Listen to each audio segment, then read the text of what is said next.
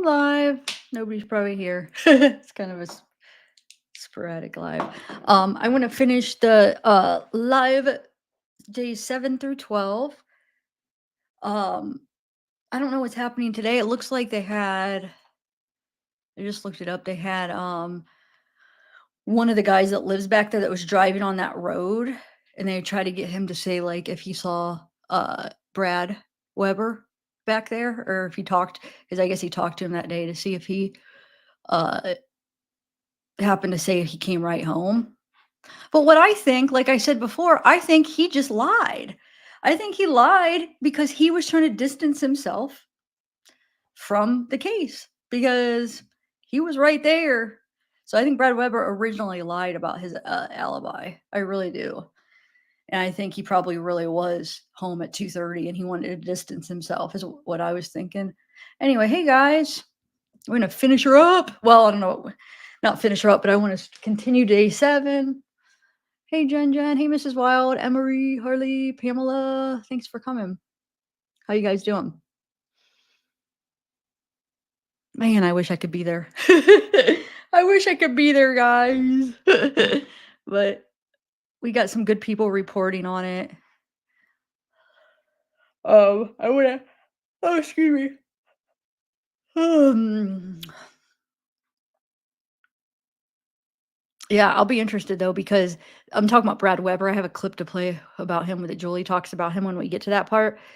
But I feel like that their strongest one of their strong, like, "Whoa" moments is, like, "Oh, he got scared off by the van."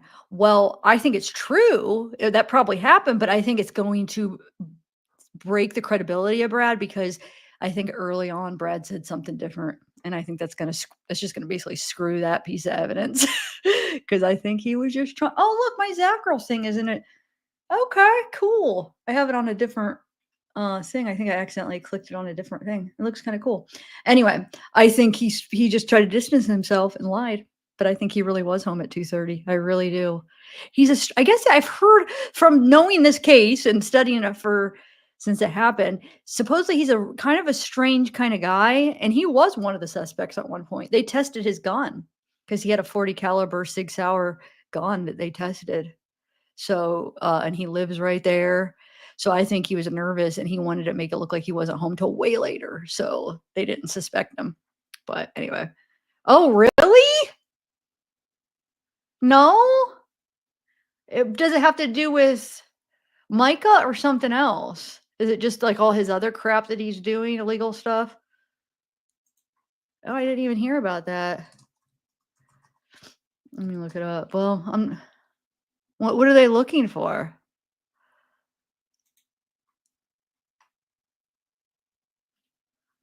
Uh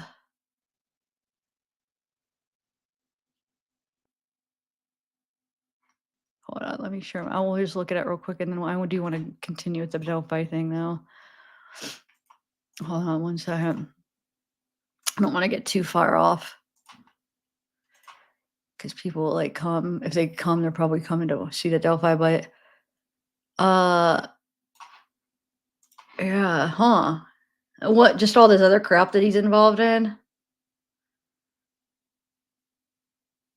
Yeah.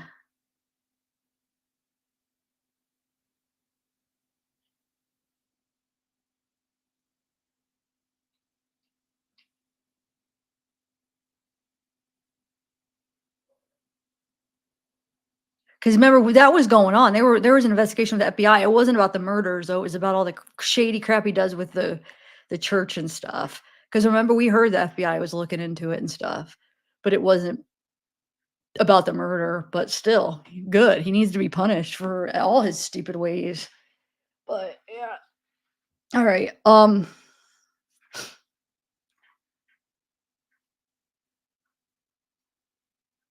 Wait, what came out in court today? I'm not getting it from what? I'm saying my opinion. I'm not getting. I saw that what came out in court is the guy said, I don't know, did they have Bradder up on the stand already? I read an article that said they had the guy that was driving on that back road. He said he doesn't know if he was home at the time. That's what I'm saying, Phil. He probably did say that he was not home at 2:30. That's exactly what I'm saying. I think in a previous report he said that. I'm agreeing.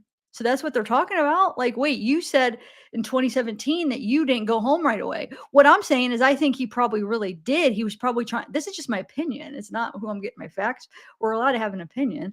I just think that he distanced himself back in 2017. He was afraid and he made it seem like he didn't go home later than he did. That's just my opinion. I'm getting my facts from the same people everybody else is getting their facts from.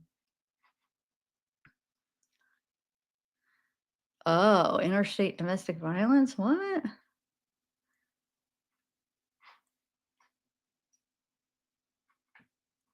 Huh. That's interesting. Yeah. What's his name?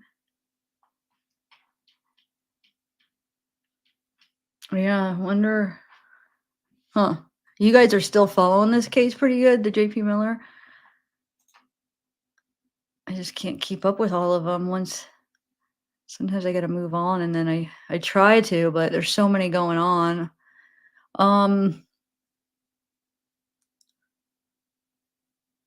Yeah. Well, I guess we'll wait to find out. Yeah, because let's do Delphi real quick.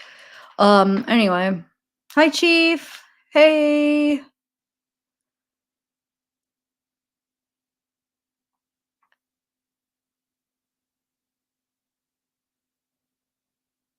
Yeah, thank you, Mel. I don't know what that person is saying. I was giving my opinion and he's acting like that I'm giving out misinformation. We're allowed to have opinions too, and we're allowed to have different opinions.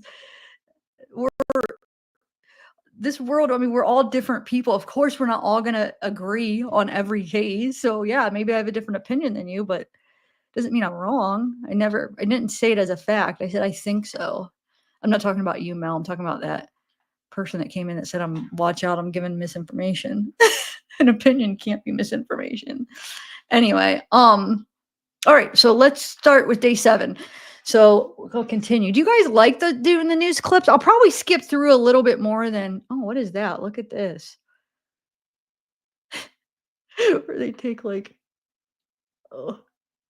Anyway, all right, let me take this off the screen because let's just stick to Delphi right now.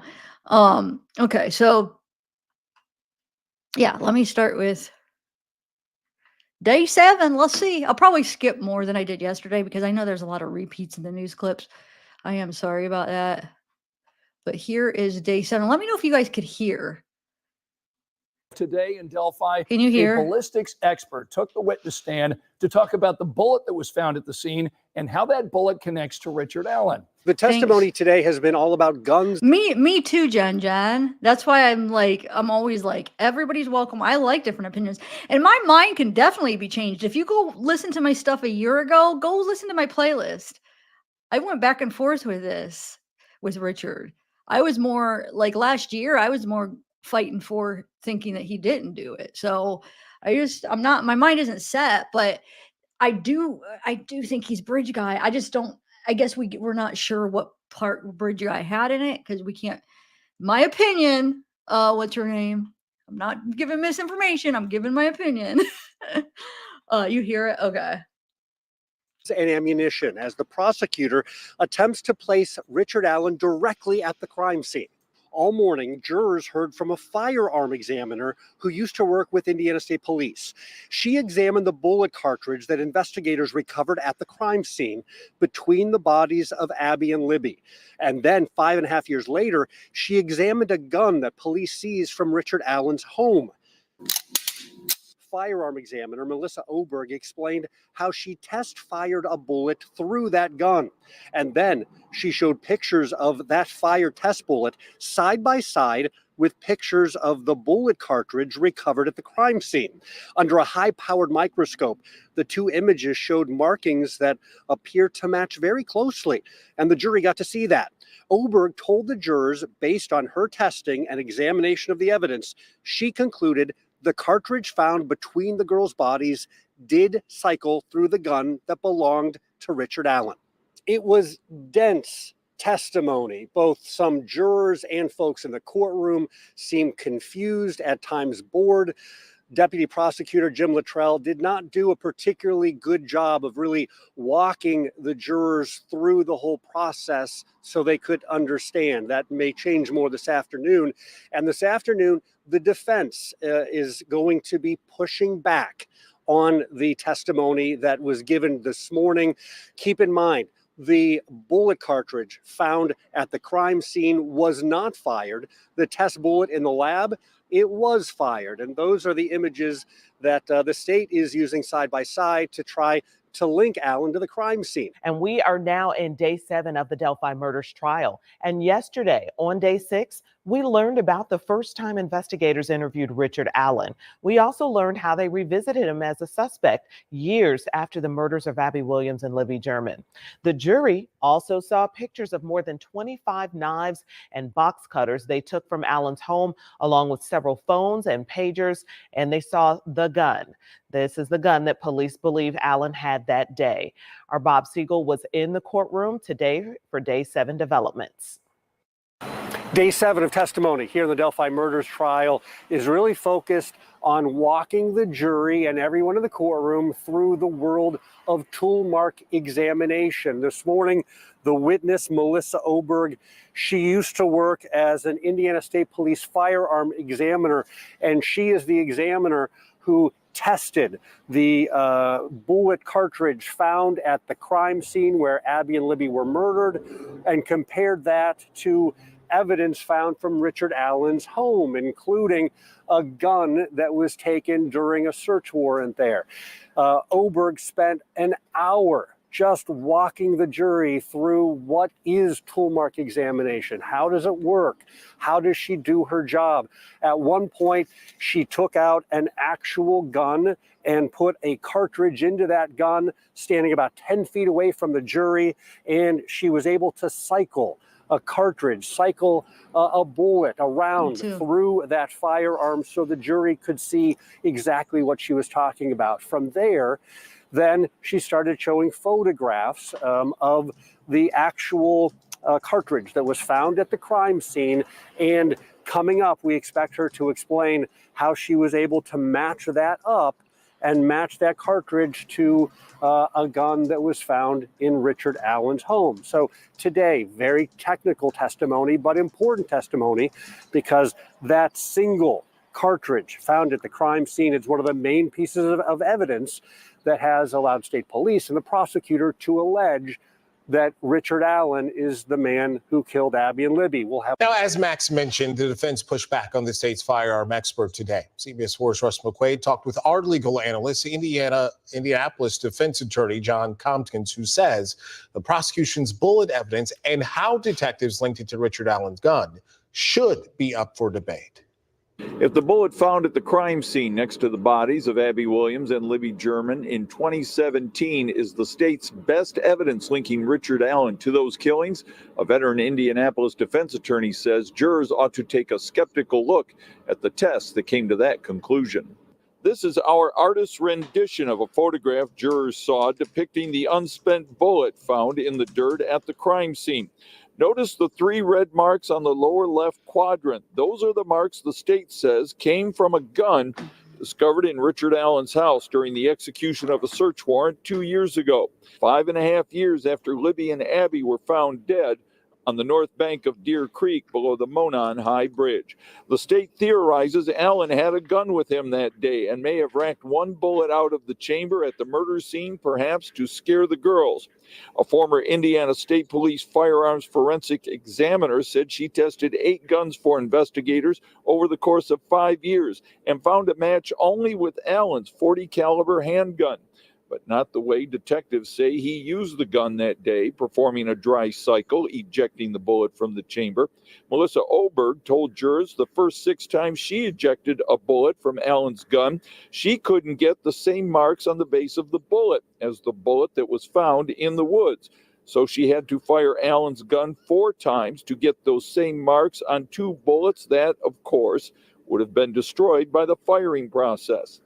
Indianapolis defense attorney John Tompkins, who is not connected to the case, tells us not only would firing a test bullet change the composition of the comparison round, he thinks the examiner changed the rules of the game when she couldn't get an apples-to-apples match on comparing unspent cartridges. So she decided to use a fired round, which would possibly react differently than the unfired bullet that was found in the dirt. And she's only doing it on this one firearm. So now we have double protocol testing on only the firearm that is going to go to trial. Did she go back with the other weapons that she dry cycled after the fact? They still had those weapons. Fire those and compare those to see if they match too. How much did she structure this final quote match just for this trial? Oberg left the stand after spending all day testifying, leaving it up to the defense to wait until it's their turn to go before jurors to put on their own expert to discredit the state's theory. In Delphi, Russ McQuaid, CBS 4 News.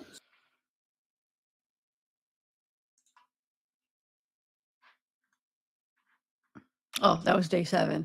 So, yeah, how she did that with the bullet, that seems kind of fishy. So she couldn't get the same marks when she did just the ejection through what they guessed that because the bullet wasn't fired. And they said that she couldn't get the same one, so she fired it to be able to get those marks. But if those marks were made just by ejection because we know it wasn't fired, then if it came from his gun, she should be able to get those same markings doing it the way that it is, not fire. So I don't like that she did that but I've really never put that much weight into that bullet. You go watch my video I did last year on the junk science of that. It's like, no, it's not that reliable. So I kind of like put that out of my head because that's not, to me, that's just, they don't put a lot of weight onto that part. But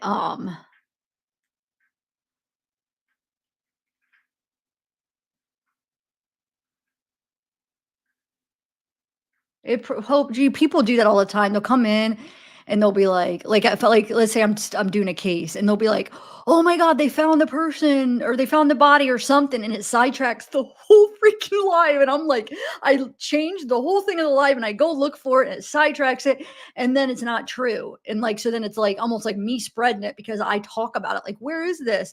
So people come in and they see me saying it and then it's like, looks bad on me. So that's why I was like, you guys just, until we see it, don't even repeat that because that's how things happen. It was probably just somebody was like, I bet you they found a body, or the rumor is they found a body. And then people just run with it. And then she probably heard that somebody talking about it. It's like, oh my God, they probably found a body. I don't think they found a body, to be honest. Okay. So, oh, he said it? Well, I don't know. Where did he get that from?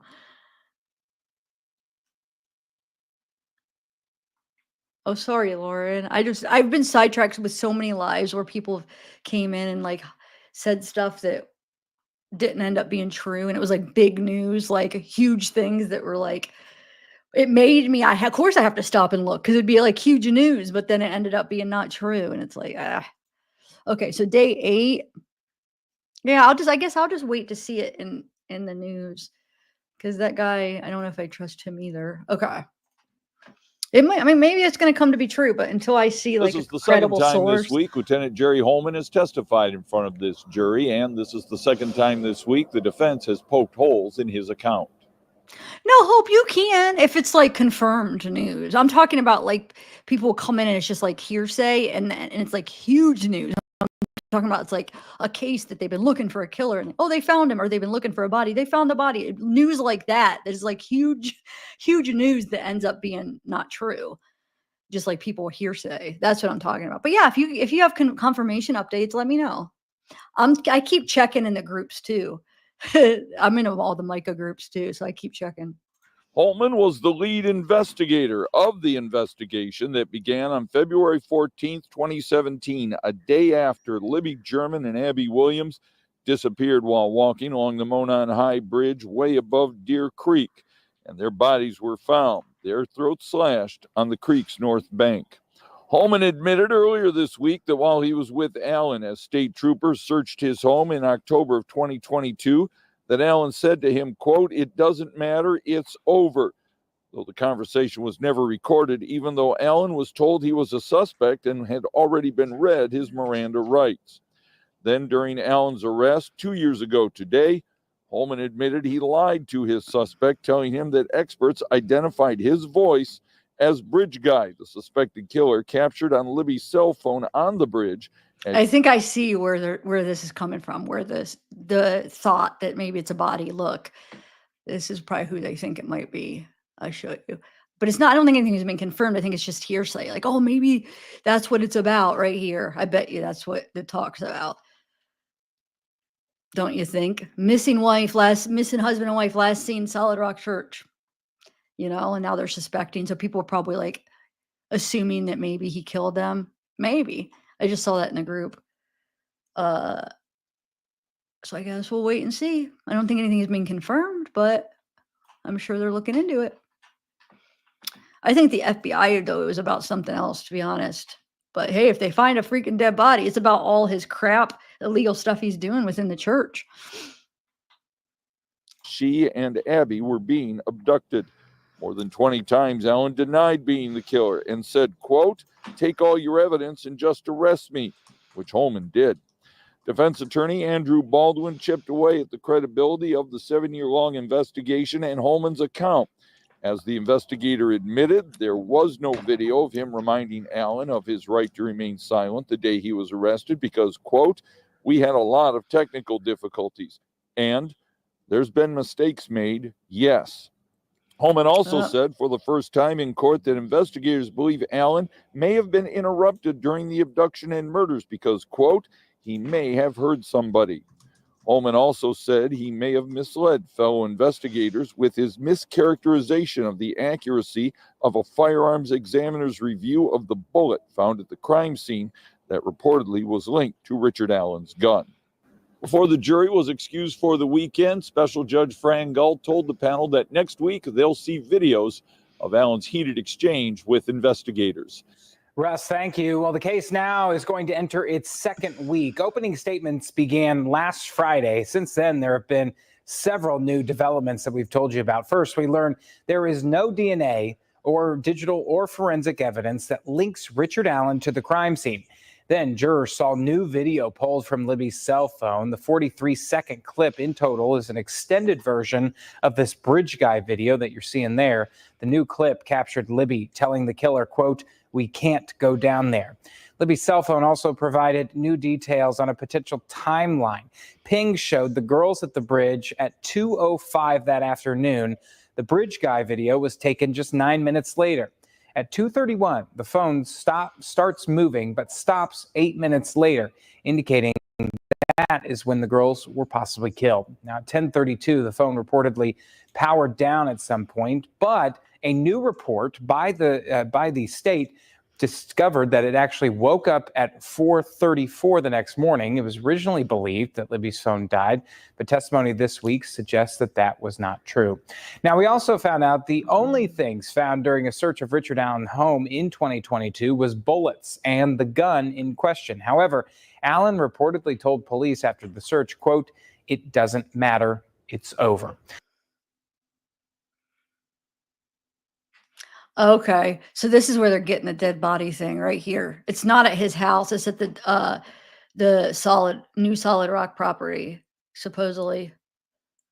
I don't think the FBI's thing. I think that was about the money stuff. I don't think it was about this. Maybe it's coincidence that they were working on it, and whatever. But I mean, if that's I don't know if they're going to be able to prove. If it's him or, I mean, it's at the property. I mean, there's a lot of people that go to that property, right? Does he even a pastor there anymore? I thought he did. Did he ever come back? And I don't know. This still isn't confirmation. This is just somebody in a group posted it. This isn't like a news. It's just like somebody typed it out and posted it. I still haven't found it on a news channel. But anyway, so of course now people are going to automatically assume it's him, and it could be, but I think the FBI raid is about something else that they've been working on that. Remember, since the whole Micah thing, they were working on that. The FBI, remember I actually did the update when the FBI was going to look into it. I'm glad they looked into it, and they must have found some stuff worth going to his house and looking. I haven't been following it, for a little while, but all right. So, all right, I'm going to continue though. I'm going to try to stay on track with Delphi. Sorry, guys. So, day 8, did we finish day 8? Oh, that was quick. Yeah, this one's going to go quicker. Okay, so that's day 8. Day 9. Let's get you up to speed right now on the 2 witnesses who testified today. The first, Stacy Bozanovsky. She is the state's 27th witness to take the stand, and she is a DNA analyst who works for the Indiana State Police Crime Lab in Indianapolis. She tested dozens and dozens of pieces of evidence from the crime scene to Hi, see Bree. if the state could detect if the killer left behind any DNA. And the second witness, Pat Cicero. He is a major with the LaPorte County Sheriff's Department, and he's a longtime crime scene reconstructionist. Girlfriend. His specialty What? is as a blood pattern stain analyst, and he testified about the huge amount of blood at the crime I don't scene know. and how he thinks it got there. We'll begin with the DNA testimony. Bozanovsky, she is the lady on the right side of the video you're seeing. She told the jury she tested clothing from Abby and Libby found at the murder scene, skin cells from under their fingernails, blood found on their bodies and on Hi, the ground Stacy. and from a nearby tree. The big conclusions from the state's DNA expert, Richard Allen's DNA was not found anywhere at the crime scene, including on the cartridge that the prosecutor claims came from one of Allen's guns. And the other big conclusion, she says Abby and Libby's DNA was not found on any of the items taken from Allen's home when investigators served a search warrant there. She also testified that specimens from the sexual assault test kits administered on Abby and Libby's bodies showed no signs or Exactly, DNA to Mel. suggest that sexual assault took place. Bozanovsky said, And I don't understand, like, why they would think that was okay. That I mean, that they might as well just throw that out because that's not gonna, like, to the jury, I don't think that's gonna look like any, it's not gonna hold much weight. They were not able to do it. She could have tried more times instead of just firing it, but she was not able to do it. When she tried just doing the rack or whatever, I don't even know what it's called, but just not firing it, just kind of cycling it through, was not able to get those same marks. So then she fired it and was able to. But the problem is that cartridge was not fired that they found. So you're comparing 2 different things, and that bothers me. It really does. But even still with that, I still do think Richard is Bridge Guy. I can't tell you what part Bridge Guy had in the whole thing, but I think he's the guy on the video. Feel like he put himself there. Originally, he said he was wearing that until he realized, oh shoot, they're looking into me, and then he's like, I don't know what I was wearing, but he originally said that. I do think he's Bridge Guy. I just don't know what part Bridge Guy had in it, and I can't say with 100% certainty that Bridge Guy is the guy that we hear that says guys down the hill, because we don't know that. That guy was pretty far on the bridge, and then all of a sudden 43 seconds later there was a guy that was right beside them saying guys down the hill. How do we know that's the same person? Because somebody could have already been on that other side of the bridge. Just because that quick little flinch that when Libby put the phone up that they didn't see anybody else walking over, how do we know there wasn't anybody already on the other side of the bridge? Why is that out of the question? I don't get that. Why is it like, well, no, it can't be. Nobody could be there. Why though? Why couldn't somebody be over there already? I don't get that. there was some male DNA found in evidence from the crime scene, but she said that's not unusual to find in the environment naturally or on clothes washed in a family's washing machine, for example. She said the only definitive male whose DNA was found at the scene belonged to someone who works in the state crime lab. Again, nothing from Richard Allen. And keep in mind, this testimony came from a witness presented by the state. Hearing what the state's expert had to say, you might think that this testimony actually came from the defense. It was not. It came from the state, and it seemed to be an attempt on the state's part to really get out in front of what the jury is going to hear the defense say, which is the fact that there was no DNA tying Richard Allen to the crime scene in any way whatsoever helps to prove that he did not commit the murders. The defense, though, they did have a chance to come up and cross-examine the witness, and they took their time and spent over an hour doing that, and they kind of pounded away at this witness. Yeah, they did. And, on that cross, Bozanovsky said, look, DNA technology is always advancing. It's ever changing, kind of as a reason, giving a reason for holding on to some of the hair evidence that they have, but also testifying that they sent 72 hairs to the FBI for analysis. And Jennifer Auger asking, well, could you have tested more? Could you have sent it to other labs? And Bozanovsky saying the decision was made not to test them at this time. And if we want to put up this quote here from Jennifer Auger, she said, but this is the time. Richard Allen is on trial now. And she said that very emphatically, exclamation point, exclamation point, exclamation point. I agree, Lisa. Bozanovsky said Richard Allen is on trial now. That's a moment that really stood out where, it's like, hey, you had your chance to be able to do additional testing. Specifically, she was. I almost kind of agree that they didn't test that, because think about this. Because they probably wouldn't have been able to get a match with those 3 DNAs. The probability was really low that they would have been able to use anything in there. So they chose to save that, because once they use that, it's gone. So they chose to save those 3 hairs. And I get the whole point. Richard is on trial now. But the chances are it would have been waste. So why not in 10, 15 years from now, if we're still going to be wondering, I don't care how this ends up, we're still going to have doubts. People are still going to wonder, and DNA becomes advanced and they test that in a way where they're able to get a profile because it's so much more advanced. Imagine that it gives them some kind of confirmation, or it enables them to for sure be able to be like, we got justice, whether they find somebody else or it's Allen or whatever. I mean, we don't know that those hairs are even the killers, but I don't know if the chances are, and they know their job, and if the chances are so low that would have gave a result. I almost think that was smart that they didn't, because at least we have that in the future to maybe get some like closure in the end. You know what I'm saying? And I know that, Richard Allen's on trial, but I just don't think they would be able to get it from what they're saying anyway. But I know, of course, the defense is going to be mad at that and be like, he's on trial now. But yeah, they probably wouldn't have been able to get anything anyway right now. But talking about hair follicles that were found at the crime scene. And she said, hey, this wasn't my call. We made the decision not to test it right now. And it's like, hey, you've got, this is the time. He's on trial right now. We don't have more time to test. And she said, look, it's at the discretion of the investigators. They basically tell her what to test. And she also testified that they were only looking for male DNA. And Jennifer Auger asked her, well, why?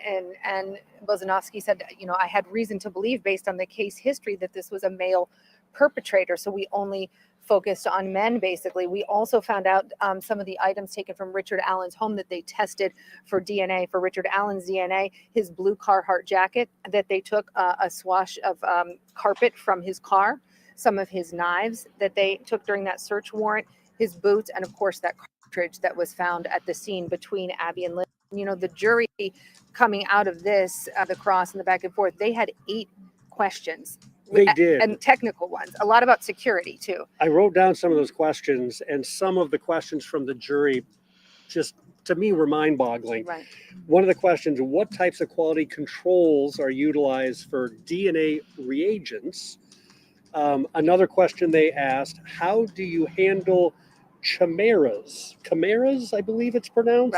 That's someone who would show DNA, having evidence of DNA in their body from more than one person. For example, like someone who might have a blood transfusion. That's how they explained it. There's at least one juror sending questions to the judge to ask the witness who really knows a lot about DNA. And that really surprised me, Scott. So the jury again today taking lots of notes, paying very close attention to the testimony, even though it was really dense and really technical testimony that we got this morning.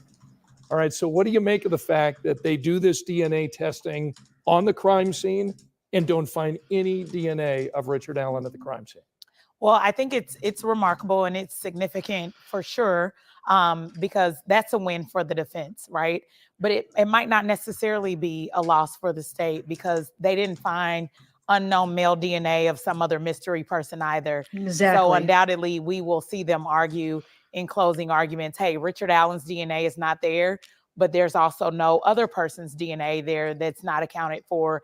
And so therefore, the killer arguably just was able to pull this off without leaving any DNA behind. Okay, speaking of DNA, I think the other thing that we learned today from this testimony from this expert testified that Richard Allen's blue jacket, his black boots, his knives were all tested, and the girl's DNA was not on any of those items.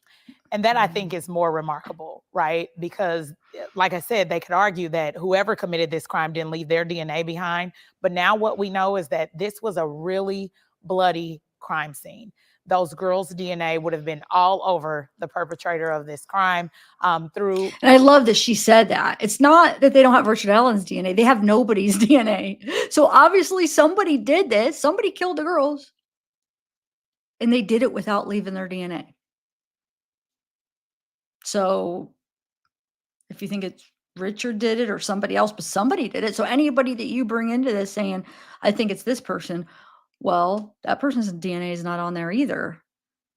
You know, so obviously the guy that's saying down the hill is a male, right? So those you think is Kelsey, fine. But obviously there is a guy there ordering him down the hill. Well, that guy involved, his DNA is not there. So regardless, somebody did it without leaving their DNA. And also, Lisa, Abby was dating Logan Holder, Brad Holder's son. He was older. He was a few years older than her. They only met once in person. So it was like an online type of dating, but they did meet once, I guess. But that was her boyfriend at the time.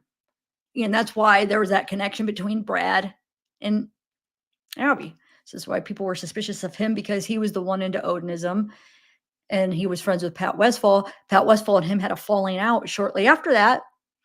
Brad Holder's wife said that Brad told her basically that what she said, I'll have to read that from Frank's memorandum, but basically that they were involved in something, sounds like that. And they had a falling out because they didn't agree on it. Then you have Elvis, which was trying to get into that group. He was trying to be like a brother to them. And he claims he actually told two of his sisters he was there that day. And the one sister passed a polygraph. That sister died, but it should be somewhere in the records. I mean, but now that if they're not allowed to bring in Odinism, we'll never see that. The other sister swears she's still alive. And she said, no, he told me he did it. He said they interviewed him, I guess, because the state did look into Odinism. That's where the defense got the Odinism theories, because that was the route that the state was looking into originally. They were thinking it was, right.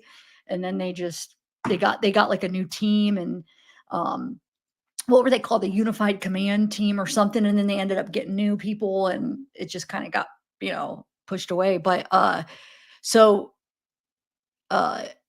was I going to say? Oh, so Elvis, they interviewed Elvis, and Elvis said, if you find my DNA at this scene, at the crime scene, it's because, I forget the exact words, but basically he says that because he spit on Abby. And then he talks about putting antlers, which that is not true, because there was no antlers. So that part was just like really convincing at first, until I saw the photos myself and realized, okay, that wasn't even true. But yeah, but he said that, but there was no DNA on them. I mean, they didn't find Elvis's spit on them or his DNA. So I don't know. He might just be full of it. Maybe he did tell the sisters, but he was lying. I have no idea. But the thing is that same day he came. So it was before it was like a really well-known thing, right? And he's talked about something about like how he killed, or he's involved in killing two girls. He said there was 4 guys. So they think it was Elvis, Brad, Patrick, and oh my God, I could picture the other guy. I can't think of his name. I have quite a few videos on that whole theory. It was convincing, I admit. And then I saw the photos and I started to kind of like, I don't know.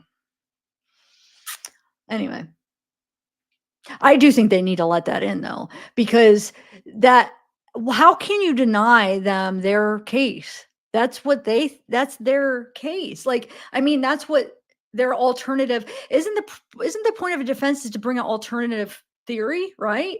How can they bring an alternative theory if they're not allowed to? You know what I'm saying? I feel like that you're allowed that should be allowed. So I do think that's bullcrap that they aren't at least allowed to bring that because it's just everybody's gonna now feel like it was unfair. Um, I know. No, Harley, I know. I mean, I do. If I had to say yes or no, I do think it's him, but I'm saying like I'm still open. I really am. And I've been back and forth. A year ago, I was thinking he was innocent. Now I'm thinking more he's guilty. But we'll see what the defense what I want to hear what the defense is how they I wish they were allowed to bring Odinism. I hope the judge changes their mind because I was so curious into seeing some of that well, we're not gonna be able to see it anyway. Never mind, because I wanted to see the interview with Elvis. I wanted to see the interview with his sisters. I wanted to see the interview with Patrick Westphal and Brad Holder. We're not going to be able to see it regardless. They let it in. It's no videos, so we're not going to be able to see it. So anyway, all right. Yeah, I know. I think, hey, Sarah, I know. I think they should let them. I think it's a bad choice that if they don't.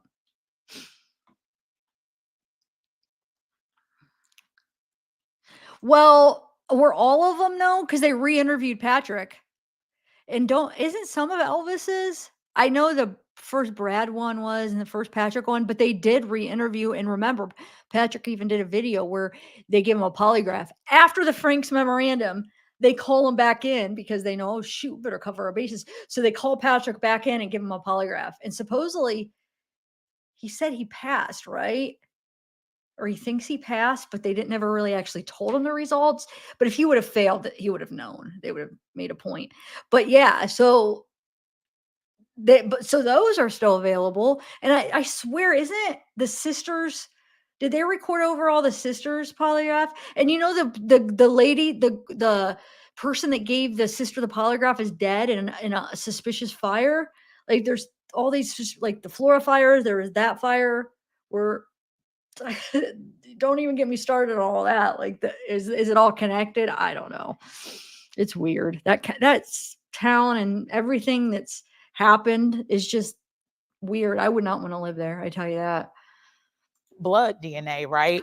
And so the idea that their blood was not found in his vehicle, their blood was not found anywhere in his home, not on any of the knives, not on the jacket, not on the boots that they are accusing him of wearing when he perpetrated this crime.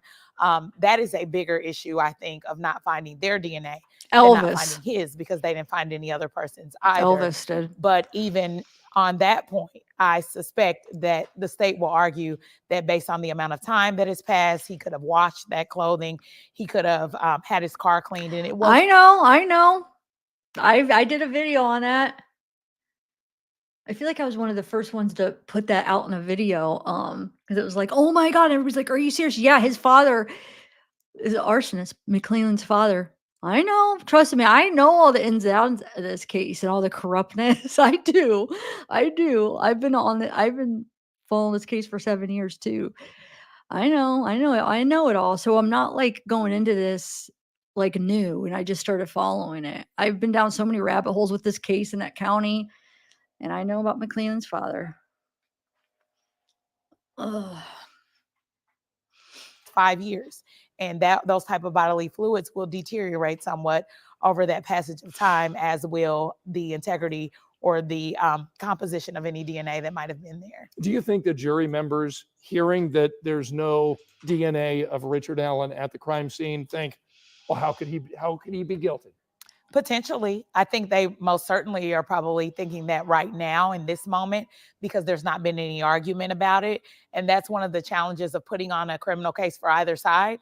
When you are presenting your witnesses, all that you can do is present the facts. You can't make any arguments about the facts in that moment. And so it's really going to fall on the state to really tie this up for the jury and explain why they shouldn't just assume that he wasn't there because his DNA wasn't there, and vice versa. It's going to be on the defense to explain to them why this is a really big deal. Before we mention that, Scott, there was an interesting dialogue from the judge that came right before the lunch break today. This was at the end of the discussion regarding the DNA, or at least wrapping up the morning session. And it came after, again, several hours of talking about some really technical DNA issues. Shoot. And before we broke for lunch, Judge Gall looked out into the gallery and she said, I realize that it's kind of hot in here and this has been going on for a while. But she said, I've noticed some of you out in the gallery sleeping.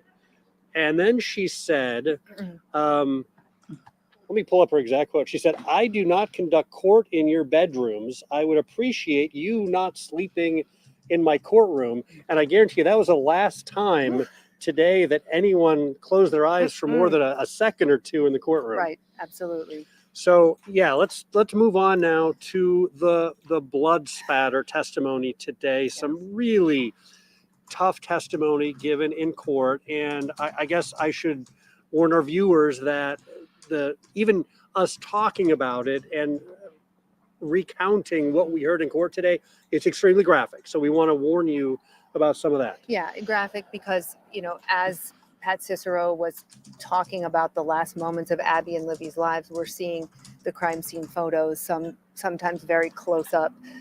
For a second time. For a now. second time. And I think we talked about, and other people talked about, we heard this before, we saw them last week, and somehow today, at least for me, and I think you said it for you, and I heard a couple other people say it was harder today. And maybe it was because of the narrative going along with it. It was so technical, it was so graphic. And again, we saw those jurors, especially that one gentleman who always puts his head in his hands. He would not look at those photos at all. In addition to that juror, though, today really struggling with that, and there's one juror who sits in seat 6 who has really struggled. And again today, he had his head down and his face got bright red, and he really couldn't bring himself to look at the photos. Right. These really tight graphic pictures of Abby and Libby and their wounds. But the juror I noticed in seat 11 and in seat 12, they at one point just both looked at one another and they just shook their head. And at portions of the testimony, when these pictures were being shown, they stared off just into the distance. I saw juror 5. She looked away multiple times. This testimony came from Major Pat Cicero out of LaPorte County. This is his 34th time testifying in a case. He told the jury he was brought into this case this past February, and he reviewed crime scene photos, autopsy photos, diagrams of the crime scene, DNA reports. He also testified that he examined Abby Williams' clothes, and he went to the crime scene this past April. His job, basically, Major Cicero's job, basically, is to put all of these things together and try and figure out exactly what happened at that crime scene. And Cicero described the crime scene area that he went to this April, as a bowl, a depression, if you will, is what he said, kind of an area that goes down where their bodies were found, almost like a bowl shape. And he talked about the trees at the crime scene. That smaller tree he described as having a blood stain on it 4 feet from the base, and then a pool of blood about 2 to 3 feet north of that tree. On that tree, he talked about the stain being an upside down L, having blood spatters to the left. He called it a transfer stain, that basically a bloody object had come into contact with that tree. And we later learned that he believes that bloody object was Libby German's hand. Then he talked about another stain on that same tree on the north side, just, he said, around the corner from the L stain. And that stain is 2 feet from the base, another transfer stain. And he described that as a more voluminous amount of blood. Voluminous is a word that Pat Cicero used several times today, voluminous amount of blood. He did. And Emily, I thought some of the most interesting testimony he gave today was really talking about where he thinks. After it goes through the trial, I wouldn't mind like going through all the stuff, like past stuff, of the case. today I was like, shoot, should I just continue the trial or go through stuff? But I want to continue the trial, and then I think we'll be done on this today as far as caught up, and then maybe we could this weekend go over like stuff with the case. I don't know. There's so many things to go over with this case on all the stuff in the background, like all the little rabbit holes you could go down. All right, I'm gonna go get some coffee, guys. Yeah, I'll be back up before this ends. Abby and Libby were positioned at the times that they were attacked by the murderer. Yeah. Yeah. Also, we want to talk about, he explained the process of examining this blood, how you put a chemical on it, and I couldn't pronounce it or spell it when he said it, but it turned the blood at the scene, especially on the tree, like a violet color, so that they could look at it better to try and explain what happened. And he called that upside down L stain. Interesting in detail. The margins were smooth, uniform, and even. So he took each young lady. First, he started with Libby and basically went through all of the blood on her body and what he thinks happened. He brought up the photos again of her, and that's when the jury became visibly upset, and a lot of folks became upset. He described her having, and we saw the picture, she had blood on the bottom of her right foot, and he said it was consistent with Miss German moving and basically walking in blood. Then he said that there was a huge amount of blood on her hands, and he basically said, and this was, I think, just a god-awful detail when he talked about basically, and he's seen this in other victims, that it is a normal reaction when you have a wound on your neck that you would grab your neck with both hands, and he thinks that Libby did that after one of the wounds that she received, that she put her hands on her neck. I think, though, the most difficult part of this was when he testified about the moisture that they found on Libby's face, and explaining that it hadn't rained the night before or during that day, and that the moisture was consistent with tears. And that's when you saw people break down. With that's tears. When, and at that moment, I was able to see Libby's grandmother out of the corner of my eye, and she has really tried to be stoic throughout these proceedings, even when the photos were shown. But at that moment, she lowered her head, she put her head in her hands, and she started crying. And certainly understandably so, to hear that your granddaughter was crying. The last moments of her life, she was there were tears. We also learned that Pat Cicero believes at one point Libby was sitting down. So and he talked about this, that there was at least the initial wound, then she is consistently moving, steps in blood. At one point he feels like she's seated, and that's where a majority of the blood flows out of her after she's moving a few feet. And then he believes that she passed there and then later was dragged to the tree. And he talked about believing that she was dragged based on the photos that he saw of the leaves that were stuck basically to her leg and her backside. When they turned her over, they saw a lot of leaves, even though the defense brought up, look, in the diagram of that crime scene, we don't see anything that indicates that investigators thought there was any kind of dragging at the scene. And so the defense brought that up. But nonetheless, Pat Cicero believes that someone dragged Libby over to the next tree. Then he moved on to Abby Williams. He talked about how the blood near Abby is very, very different. Only a small amount of pooling he described at her right arm and right shoulder. And he described no blood stains on the sleeves or her arms or her hands. And he said it was very unusual to not have blood on her hands. And we know when they found her that her hands were tucked inside the sleeves of Libby's sweatshirt, as if they have described it before, as if in a fighting position, like, kind of putting your dukes up, but nonetheless, no blood on her hands. And he described that as very unusual. He said that the blood went from the one wound in her neck over her chin and into her mouth. And he believed that she was wearing the sweatshirt that she was wearing, Libby's sweatshirt, when she was killed. And he based that on the amount of saturation in the sweatshirt. And Pat Cicero believes that Abby succumbed to her injuries right at the location that she was found. She was in a supine position facing up, And this was another quote that was very hard to hear. There was no evidence to show that she died immediately. Yes. So we know that it was not immediate, that these young women suffered. When he was asked about why no blood on her hands, he talked about the different possibilities. That one, she could have been bound, but there's no evidence of that, Right. he said. Two, that she could have been unconscious. And three, that she was restrained. But in his opinion, quote, she was wearing the sweatshirt at the time she was killed. He also testified it's possible at least one person could have committed this crime. But on the cross, the defense said to him, but is it possible that it could have been committed by more than one? And he said, I can't rule that out. I can't rule that out. So, So some of the big takeaways that we heard from that is this blood spatter expert said that he believed that at least one of the girls' bodies was moved dragged Libby's. after she died. Right. He indicated that he believed, again, keep in mind, this all happened at what they refer to as ground zero. Ground So zero. about this 20-yard area in diameter. And he believes that there's one spot that has a fair amount of blood there.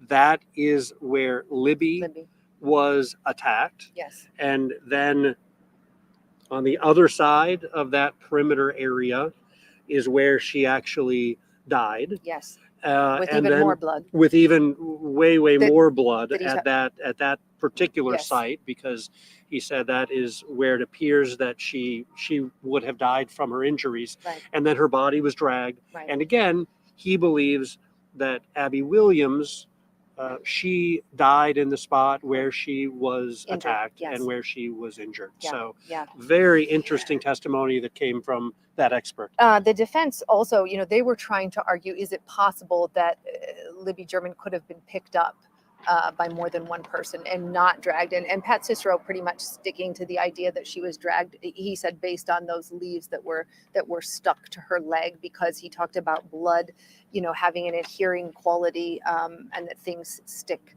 to blood. So he talked about that. They also tried to talk about, they wanted to question him about the sticks that were left on the girls, saying, is it possible that they were not for concealment? And he basically talked about, well, it's pretty much whatever, it depends on your point of view, whether they conceal it or not. It depends on where you're looking at the crime scene, whether you think that those sticks conceal. But he could not rule out, the defense asked him about this, he could not rule out that someone had washed Abby Williams' hands or was holding her down when she was attacked. He could not rule that out when he was asked, by the defense. And Scott, we should point out, again, one of the main reasons that this blood spatter expert was brought in, and during cross-examination, there was quite a bit of criticism on the part of the defense that this blood spatter expert was not brought in until away. 7 years later. And it's an indication, as the state was preparing to present its case, there have been allegations, and one of the theories presented by the defense is that the blood mark on the tree that has Libby's blood on it was very intentional, and it was placed there as a sign by the killer that this was not an accidental mark on the tree. And we heard Mr. Cicero talk about that today. Right. He talked about that he believes, he can't rule that out, but he believes that it was put there by her hand, that this was her hand. Yeah. So based on the blood evidence and the testimony that we heard from the expert in this case, who's been looking at the crime scene, what do you make of what you've heard? I think this is evidence that we are going to see highly scrutinized during the defense's case. In my 16 years of experience as a criminal lawyer, I've never heard from this type of expert. And I think that's in part because this is really subjective. It's very speculative, and it's drawing on a lot of assumptions in terms of what the sequence of events were simply by reviewing photos. It's remarkable to me that we learned that this expert reached these conclusions based on photos for a number of reasons. One, because those photos are taken from some other person's vantage point, right? But the other reason is because one of the things available to criminal investigators is taking a video of the crime scene. And that's something that we have not heard about in this case yet. That doesn't mean it doesn't exist, but typically on homicide cases, the crime scene specialist who documents the scene will go out and take video footage before they ever go out and take photographs, just to capture everything just as it is. And I would think that a video, as it relates to this type of expert, would be much more informative because you would see all of the different angles. If you think about it, this expert is looking at a flat photo that was taken years before. They have no way of recreating that entire scene and getting the entire view. And so I think, as it stands right now, this evidence was probably powerful to the state in terms of answering some of those questions about those last moments. But I suspect we'll see this really come under attack. All right. I think that they did have a video, because if you hear the McDonald girl, the McDonald reporter, when she's describing how, like, they kind of, I swear she said they kind of pan over and like go like show you the scene, and then she said something like, you can't see the girls at first. It was really hard to make them out, especially Abby. I was under the impression when she was describing that was a video, though. So I don't know. I'm confused about that. Was there a video or not? If you hear Barbara McDonald describing it, it sounds like a video to me. I know they had pictures. Obviously, they had pictures too, but I think they did have a video too. Am I wrong? I don't know. Who knows, though? I guess we won't know because we can't be there. Let's talk about some of the things that we heard in the testimony. The blood on the tree. Mm-hmm. The idea that this may be Libby's blood, and as Emily described, maybe it was her hand on the tree.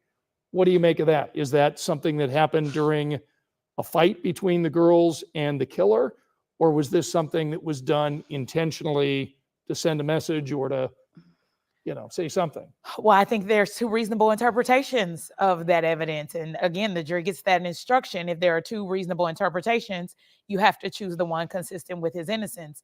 But we know that they have been prohibited from developing that theory more as it relates to the potential cult evidence. I think it's perfectly logical that she could have leaned up against the tree, just even trying to balance herself after being injured and suffering from these injuries. So again, that's one of those things that we'll have to see how either party argues it. But for now, it has to be really curious to the jury. Okay, another thing that was brought up during the testimony was this idea that Libby was dragged. Mm-hmm. So what do you make of the idea of why she was dragged? And again, why wouldn't we see DNA evidence on this young girl if in fact somebody dragged her from one position to another? Shoot. That's a really great point. And that is one of those pieces of evidence in this case that raises more questions than answers. Because we know from defense's opening that they plan to present the theory that this crime happened somewhere else and the girls' bodies were placed there away from the original crime scene. And so one thing that we heard from Bob and Emily was that there was admitted testimony that there's no drag marks on that scene. If her bloody body was dragged from one place to another, it seems that you would see a path that would show that blood being dragged. You would see an indentation in the leaves to show dragging. You would see the path of the leaves dragged. And so I think that's an interesting conclusion. And again, I suspect we'll probably see some challenges to that. All right. And then we also heard that there was no blood on Abby's hands. Mm-hmm. What do you make of that? Well, that's really interesting. That is definitely a point that raises more questions than answers, because you have to consider, again, there's sort of these assumptions and this speculation about what happened. They're saying maybe she was in some way tied up. Maybe her hands were tied up. Maybe she was being held down. And all of that is speculation. And that's not good evidence for anyone, right? And you have to wonder why the inconsistency. We know that Libby had blood on her hands, and she had blood consistent with reacting to getting those wounds. Well, why wouldn't Abby have that as well? And of course, there's always the argument that no one can answer these questions except the person who committed this really heinous crime. But it certainly leaves a lot of unanswered questions that the jury could charge to either side. So I know that, it's almost like we're looking at a scorecard every day. Based on what we've heard, DNA and blood today, was today a victory for the state? Was it a victory for the defense? Is there a split decision in there? What do you think? I certainly don't think that it was a victory for the state today, because from the DNA evidence, we know that it did nothing more for them. Richard Allen's DNA is not at that crime scene. The girl's DNA is not in any way associated with the things taken from Richard Allen's home. In terms of the defense, whether or not it was a gain for them, I would say today, yes. But again, we don't know how the state's going to tie that up in arguments. As to the blood evidence, it's really sort of hard to tell, because again, it depends on how they tie it up. And I think the evidence that we heard related to potentially the bodies were moved, but they gave an explanation. The defense has planted the seed that the bodies were moved from an entirely different location. Their expert has now said that, yes, the body was moved, but from point A to B within the same crime scene. Right. And so I can't see where that did anything for the state, but I think we have to wait on that to determine, because we haven't heard all the evidence. And so it really highlights that instruction that the jury gets: reserve your judgment until all the evidence is in. So I don't think that it's our scorecard would probably be fair at this point, because we don't necessarily know what's coming tomorrow. But I certainly don't think there were any gains in tipping the scales for the state today in a positive way in their direction. All right. So what you've heard in terms of analysis is all based on what we heard today. But Bob and Emily also have some information about what happened on. No, Chief, they're not available, but last year they got leaked. What's his name? Now I forget his name. Actually, they're not charging him. They're not basically following through. What was it? How did they word that? Basically, the guy, he was he had worked with Baldwin, the defense. And he went into his office waiting for him one day and saw the pictures, took a photo of some of the crime scene photos, and then he ended up sending them to somebody who, was following this case, and they got leaked. And yeah, the judge was not happy about that. But why can't I remember his name? Hold on, let me look it up. Saturday, when the trial took place, and so maybe you can fill us in on what happened on Saturday. Yeah, since our last Delphi debrief, we've actually had 2 days of testimony. And Emily, you had a front row seat on Saturday for that. And Lieutenant Jerry Holman from Indiana State Police. Yep. It was his second time testifying. The first time that he testified to the jury was talking about the first time that he interviewed Richard Allen. And we know that interview led to state police then getting a search warrant and searching his home. So on Saturday, he talked about the second time that he interviewed Richard Allen after that search warrant was issued and after they got what they consider to be some of their key evidence against him, which is that cartridge at the crime scene that the state says is linked to Richard Allen. Right. He testified, Lieutenant Holman testified on Saturday about that October 26, 2022 interview that happened at the Lafayette State Police Post 2 weeks after the search warrant was issued. Now, we know that he testified that they had arranged for Richard Allen to come in and pick up his car. He and his wife, Kathy, were coming there, they thought, to pick up. It was Mitchell Westerman. A man has been arrested over the leak of the graphic crime scene photos taken from the wooded trail where teenage best friends Libby and Abby were murdered. 41-year-old was taken into custody. A former friend of Baldwin. But yeah, he used to work in Baldwin's office, in his law firm, and was no longer employed at the time of the leak and never worked on the Delphi murders case, confessed to being behind the leak. Of course, there's some conspiracy theories about that, what people think, but that's basically what's out there, like officially out there, I would say. But I think I saw that they, hold on, let me see. I saw a headline a couple days ago. Let me find it about the results of that case. Hold on one their second. car. And it was at that point that Lieutenant Holman said that he took Richard Allen into a room to talk to him some more. And he really talked about kind of the techniques that he had been trained in as far as discussing things with someone. And he said, first of all, you try and build a rapport with the person you're talking to. So he said he talked about his military service. Richard Allen apparently served in the military. So trying to build a rapport Charges with Richard Allen dismissed. about their mutual military service. After that, he says he pretty much presented him with the report that he had showing, he said that the charges cartridge- dismissed. That's what the word I was trying to look for is dismissed. Oh, wait, hold on. Yeah, I saw this headline the other day. Wait. Where did it go? I just lost it. Oh, here it is. The man accused of leaking evidence photos is no longer facing any charges. A Johnson County judge dismissed the misdemeanor conversion charge that Thomas Westerman was facing. So yeah, but that's how they got out. So a lot of us did see them, but they're not public now. And I don't think any of this stuff is ever going to be public. We're never going to see the crap. Not the crap, but the stuff. It just makes me mad because not only you're not letting anybody in video it, you're not letting them even taking pictures of the exhibit, not letting any videos in, not letting anything. Plus, Lauren said that they're telling the witnesses not to speak into the microphone so who cares about the people back there? They just need to hear. That is, when I heard that, I was fuming. Like, you got to be kidding. They're like, just sit back and relax. Because they keep, like, they'll lean over and try to talk into the mic. And he'll be like, no, don't even worry. Don't even talk into the mic. Just lean back and relax. Because we just need to hear. We could hear you fine. They don't need to hear back there. That's the family you're talking about. That made me so freaking mad. Oh, my gosh. That is not right at all. And if I was the family, I would be so mad.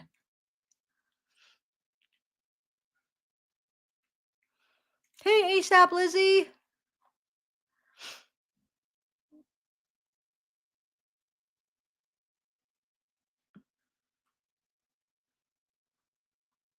Yeah, but it's all hearsay. You know what I'm saying? Since we're not in the trial. So, yeah, there's articles or people that are there reporting that, yeah, they tested it after the trial started and it was Kelsey's, which she had Kelsey's jacket. And if she was, because somebody said, well, it shouldn't have been in her hand. Yeah, I could see how it would be in her hand. So if she was undressed, there's hair. I mean, you guys, any women, I'm sure, could relate. Hair, you find hair like all over the floor when you're a woman. I mean, it just falls out. So if she had her jacket on, there's hair inside it all the time. I mean, there's just hair. So if she had her jacket on, they made him take it off. And then however she got it back on, we don't know if he put it back on, she put it back on, and her hands didn't even go all the way. Like, she had her hands like this, and they were like kind of like, so going through the hoodie, the hair could have got caught on her hand as she's putting the jacket back on, going through the hoodie. So there you go. Now it's on her, in her hand. I don't think it's that weird at all. Okay, so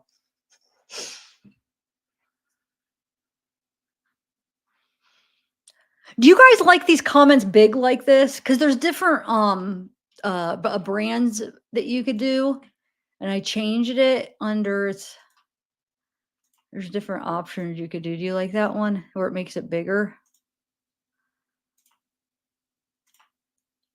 Anyway, all right.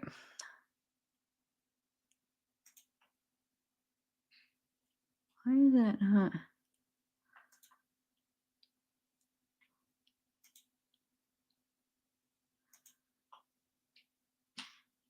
Anyway. All right, so let's continue here. I'll take this down. Matched Richard Allen's gun, and that Richard Allen insisted over and over again, I didn't have a gun on the trail that day. That cartridge didn't come from my gun. Then Holman testified that he actually lied to Richard Allen, that this is also an interview technique. He said that he had. If you shed and it's not like ripped out, if your hair falls out because you're shedding, the root would be on a lot of them if it comes out. You know what I'm saying? Wouldn't the root be on there anyway? Because it's not like, because there's going to be some hair that's broke, that like breaks off, but there's also some hair that's going to fall out of your head. you'll shed with it just coming out. That would still have a root on it. Plus, you put on a hoodie, hair sometimes gets, gets caught or pulls off, as you're putting on a hoodie, and she wore that hoodie. So no, I don't find that weird at all. I'll have to go look at the hair around here and see if there's roots on them. I bet you. I feel like there would be on some. I don't know. Anyway. Been trained in. He told Richard Allen that they had experts who had analyzed the video and who could say definitively that that was Richard Allen on that video, and that this expert could also tell that that was his voice saying down the hill. And Richard Allen kept insisting no. And at one point he said this is Richard Allen. I'm not going to tell you something I didn't do. I don't care what you do to me. I'm not going to tell you something I didn't do. And Holman testified that Richard Allen, grew more and more agitated over the 2 hours after insisting that he had not done anything. And he cursed at Holman. And then Holman said, so I cursed back. It amped it up. So he was speaking this language. So I spoke his language back, is basically what he said. And it was interesting because really Jerry Holman was revealing to the jury these interviewing techniques that someone who would be interviewing a murder suspect uses in an interrogation room. And it really gave the jury a lot of insight, including the fact that investigators will lie suspects when they're doing these interrogations. And in another interesting part, Holman talked about how he left the room and Kathy Allen came in for a little bit and talked to her husband, and then Kathy left the room and said he came back in, and he told Richard Allen, look, your wife and I, we don't think you're a bad person. And Richard Allen said to Holman testified, Richard Allen said to him, what kind of good person kills two girls? And interesting, he also told the jury that when he left the room and had Kathy Allen go in and talk with her husband, they were observing that conversation between the two of them as well. And at the end of it all, Richard Allen basically says to him, and I'm paraphrasing, like, you're going to do what you're going to do, like, arrest me. And Holman said that he went outside then and consulted with the other folks. They thought that they had probable cause, and Richard Allen ended that interview in handcuffs. Yeah. Defense attorneys want the jury to hear from the accused murderer in his own words. The jury's been cleared to hear the interrogation tapes of defendant Richard Allen. Our Indianapolis station has been in the courtroom every day so far. The jury heard from just one witness today, Indiana State Police Lieutenant Jerry Holman, who's one of the lead investigators on this case. Holman described for the jury an interview he did with suspect Richard Allen just a few weeks after serving that search warrant on Allen's home. Holman told the jury he used several interviewing techniques he'd been trained to do, like first trying to build a rapport with Allen, discussing their mutual military service. Holman testified he then told Allen police matched the gun taken from his home to the unspent cartridge found at the murder scene, but Allen repeatedly denied knowing how it got there. Holman told jurors, quote, he kept telling me there was no way that was his bullet, no way that bullet came from his gun. Holman also told the jury during that October 26, 2022 interview, Allen denied 20 to 25 times being involved with the murders or having a gun on the trail that day. Holman said Allen told him he'd never been hunting for animals or wild mushrooms near the crime scene and never had an explanation for how a bullet matching his gun got there. Holman testified he also lied to Allen during the interview, another technique Holman said he learned in training. Holman said he told Allen police had an expert who identified him as bridge guy on the video from Libby's cell phone. That wasn't true. Holman described Allen as becoming agitated and said Allen told him, quote, I'm not going to tell you something I didn't do. I don't care what you do to me. I'm not going to tell you I did something I didn't do. Holman also told the jury that during Allen's interview, he asked him about something he claims Allen said while police searched his house 2 weeks earlier. Holman testified Allen told him at the time, quote, it doesn't matter, it's over. Holman said he asked Allen about those statements and told the jury what Allen said next. Quote, he said the damage was done, that we interviewed his neighbors and coworkers, and that everyone thought he did it. Holman said Allen told him that police had, quote, ruined his life. At one point, Holman testified Allen's wife, Kathy, came into the interview room and Holman left, but still observed them. When Kathy left the room, Holman said he returned, saying, quote, I told him his wife and I didn't think he was a bad person. Holman testified what Allen replied, quote, what kind of good person would kill two girls? At some point, Holman said Allen told him, quote, take all your evidence and just arrest me. When the interview was over, that's what happened. The defense tried to go after the tone of Holman's interview with Allen. In cross-examination, attorney Andrew Baldwin asked Holman, quote, "The nice, calm guy on the stand isn't the same guy Richard Allen experienced in 2022, is it?"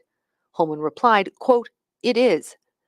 Baldwin also asked Holman if he told Richard Allen in that interview there were, quote, "people that wanted to lock you up and throw away the key," and if he also asked Allen whether he realized, quote, "the death penalty is on the table." Holman acknowledged saying both to Allen that day. Baldwin also asked Holman if he believed one person committed this crime. Holman replied, quote, "I believe that now. Yes," explaining that if more than one person had been involved, he believes someone else would have come forward. Finally, the defense managed to get this lead state police investigator to admit errors in the investigation. Baldwin asked about police leaving the bloody sticks investigators found on Abby and Libby's body at the crime scene, then going back later to collect them. He also asked why female relatives of the girls weren't DNA tested earlier on to rule them out as the person whose hair was found in Abby's hand. Baldwin said, quote, "There's been mistakes in this case." Holman replied, quote, "There's been mistakes, yes." And today, jurors heard testimony from an Indiana State Police analyst who said there is no DNA evidence at the scene that was linked to Richard Allen. We do want to show you some some new images for you from inside the courtroom. We're trying so hard to be able to bring you inside the courtroom with us. Today, I had the pleasure of sitting in the courtroom next to Lee Bushka. She is a sketch artist and she is incredibly talented. Want to allow you to take a look at some of the sketches that she drew inside the courtroom today of the defense team, of Judge Gall, of prosecutor Nick McLeland, of Richard Allen. When I tell you that some of these are essentially more pictures than sketches or photographs more than sketches, that's how accurate Lee's sketches are. So our thanks to Lee, and we'll have those sketches to be showing you. You'll see more of those here over the next couple of weeks. Again, since we're not allowed to have any cameras in the courtroom. And Chris Webb, I want to ask our photojournalist here if he would quickly zoom in behind us. Take a look right now.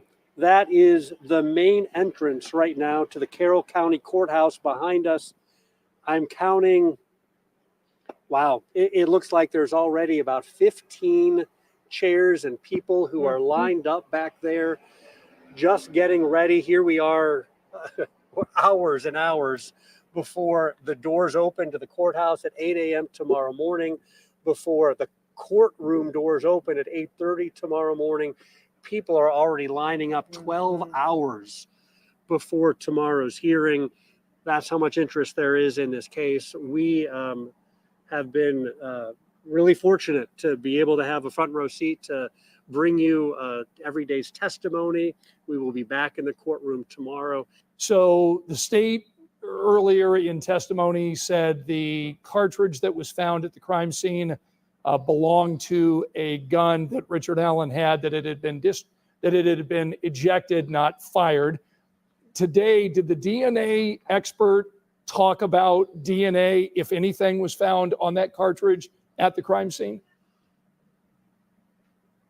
She did. Stacy Bozanowski, she talked about the fact that there was no DNA that was able to be taken off of that cartridge, and the deputy prosecutor said, help the jury understand that. And so she explained the cartridge is so small and that it just is not really a good piece of evidence to be able to take DNA evidence off of. So she said, based on that and based on the fact that someone who is handling a cartridge would not really handle it very much, she talked about something called touch DNA. And it comes into play both with that cartridge and potentially with a suspect or the murderer who would be moving the bodies. The DNA expert was asked to explain touch DNA and what that is. And, you know, she talked about the fact that if someone touches your hand, is that enough to leave DNA? And she said it could be, but it also could not be. It depends how long that touch took place, how hard the touch took place. She said it's not really the best way to be able to get DNA. She said that blood and saliva, fantastic sources to be able to get DNA, but other things like hair follicles, if they don't have the root attached to them, not good for DNA. Simple touch is not good. Urine, things like that, not good for DNA. And that blood can drown out other DNA. When there's a lot of blood, yes, it's essentially it drowns everything else out. Yeah. So she did explain, Scott, why I guess the jury might not read too much into the fact that there was no DNA found on that cartridge, which again the state is alleging is linked directly at one point cycled through the gun owned by Richard Allen. Indiana State Police investigator, and the interrogation techniques that we heard them talk about, that he admits to lying to Richard Allen while he's interviewing him. How does that land with the jury? And is this consistent with other investigative techniques, if you will? So my experience has been that jurors do not like that because it is deception. But our courts have concluded, our higher courts, when evaluating this sort of conduct, they've concluded that it's permissible. It's permissible as an investigative technique. The idea is if someone is truly guilty, they're not going to, or truly innocent, on the other hand, they're not going to be influenced by someone lying to them because they know what the facts are. But it's just not true. You can be influenced by that. And we have seen a body of work related to false confessions that people make. And so it's troubling. And more often than not, jurors relay that they find it to be troubling as an investigative technique. Any other takeaways from either today's testimony or the testimony that we heard from Saturday's witness? Sure. As to Saturday's testimony, I think once we were able to learn about Richard Allen's follow-up statements to that original statement outside of his home when the search warrant was being served, we heard last week that he said, "It's over. It's over." And so now we heard that when Holman followed up on that statement, Richard Allen explained, "You've talked to my coworkers, you've been out in the community asking questions about me, you've ruined my life. It's over for me." And so that gives a little more context to that. And I think that's important. I think it's also important that we heard that he blanketly denied these allegations or any involvement 20 to 25 times, right? Because we're going to later hear testimony that he later confesses to these crimes. So I think it's important that the jury was able to hear that initially when he was of sound mind, when he was in the comfort still of his home, before he was taken away to this pretrial detention facility, he did deny it. The other thing that I thought was interesting is that he gave no explanation as to why a bullet linked to him may have been out on that scene. In fact, he said, "I don't believe you. That didn't happen." And that cuts both ways because one could argue that if he were truly guilty, he inserted himself into this investigation, remember? Right. Remember, he called the tip line a few days after the murders. Absolutely. And so if he were simply trying to cover his tracks in that regard, he could have covered his tracks and said, "Yes, I go out there hunting all the time. It makes sense that a bullet connected to me would be out there." But he didn't do that. He said, "There's no way." And so now today, when we hear questions from jurors about the security of how the evidence is kept, their quality controls, it has you thinking if they're wondering if there's some sort of conspiracy where evidence could have been planted. So I think now that we're seeing more and more witnesses, we're able to tie some things that we heard earlier, even juror questions, to some things that we're hearing later. And that's pretty interesting in terms of gauging which side is doing what on that scorecard. Yeah, Katie. My next guest knows far more about this than I do. Monty Miller is a DNA and forensics expert who spent years with the Texas Department of Public Safety and now owns his own lab. Dr. Miller has been a DNA expert and forensic expert for over 25 years, specializing in sexual assault and murders. For 15 years, he's owned that lab. Okay, Dr. Miller, so many questions. I can't imagine, especially seeing the images of the man who was apparently captured on the girl's cell phone. Big, bulky, outer jacket, outerwear, winter stuff. it just feels to me like there'd be dandruff and skin cells and maybe, fibers from those clothing that should be somewhere or near the girls' bodies, and yet there seems to be nothing. What do you make of that? Well, I mean, sometimes that happens because, people are careful. Sometimes they can do that because they have control of the victims. They pull a gun, they say, walk here, take your clothes off, and those kinds of things. So sometimes there can be very little contact to begin with. Sometimes people are really careful. They know the area. They know, they've dressed appropriately, so they don't leave many fibers, things of that nature. So, I mean, it can be a combination of a lot of things. Sometimes it can just be bad luck that wherever it is that he happens to have touched or wherever those fibers are the places that are underneath the blood. And so they don't catch that DNA because it's just covered by other things. But I feel even if he had a gun, or whoever the killer is had a gun and kept the girls at a distance, eventually the killing was hands-on. And there's a second victim. And even children would at some point see someone being murdered in front of them and see the knife coming for them and fight in some way. Because you just know, you've seen what's about to happen, so you'll assume that's going to happen to you. Unless, and I'm just trying to get my head into a CSI investigator here, unless the girls were maybe facing away from him and he killed both of them, whoever the killer is, killed both of them instantly and they barely knew what was coming. Does that sound like plausible, or does that explain some of these strange idiosyncrasies? I mean, I don't think it really aligns with the blood evidence. They seem to have a good idea that Libby was killed by the tree and then moved, and that Abby was killed where she was. But there's an interesting thing is they seem to think there's a possibility that that Abby was perhaps restrained, and perhaps that's part of the reason why Libby might have been killed first. Abby may have been forced to watch, or she might have been unconscious, and so that might. That's what I think. I think Libby was at least one of the cuts through her neck, or two of them. I don't know how many, but she was cut first. Somehow she got away, and then she went up by the tree. He was probably, this is just my opinion, one of my theories. I don't know. Then he's messing with Abby while Abby's is up against a tree and and then Abby goes over and then sits down. They said, or Libby goes over and sits down and then kind of leans over because the drip marks. They could tell she kind of leaned over as she was sitting. And well, at least that was their expert opinion. And then she lays down. So I feel like maybe he was messing with Abby at the time when she was doing that. I don't know. We're never going to know the truth. That's the sucky thing about it. We'll never know.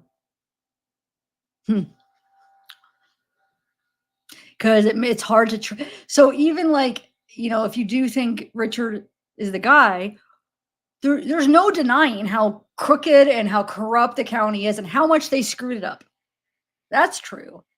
But it also doesn't mean that Richard has to be innocent for that to be true. They both could be true. They could be corrupt, screwed up the case. Richard could still be guilty. I'm just saying both could be true. I'm not saying they aren't, but both could be true. The one thing that is true is that they screwed up that case. That's 100% true. They screwed it up from day freaking one. And they still, instead of making it right, they continue to dig deeper and deeper and deeper. So instead of realizing they screwed up and trying to make it right, they don't. They just keep doing it. And it's like, oh my God, they suck. So yeah, I agree. They freaking suck. And if there's no justice for these girls, it is their fault. Makes me mad. Yeah, they really screwed it up.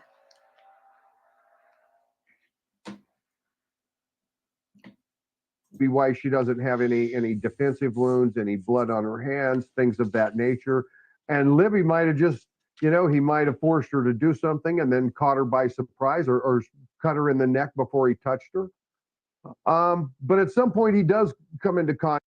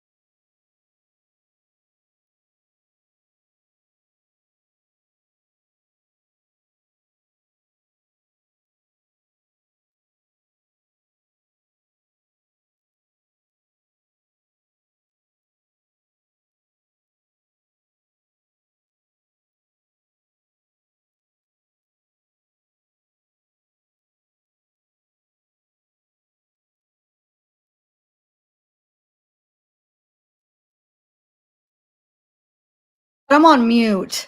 Oh, I'm on mute. Gosh. I don't feel like repeating all that crap. I'm grumpy again today. I know, Sarah. Thanks. I look down, and usually when I see you calling, I check the mute. So I saw, thanks though. That helps because I look down because out of the corner of my eye, now I don't always catch it, but sometimes I could catch it if somebody's calling because it turns black. And if it's depending on where my phone is, and I saw that it would look different, I looked down and then I looked right up my thing like, gosh. But what I was saying is, I know I already said this about Brad Weber. Oh, first of all, I said I agree with the bullet, the cartridge.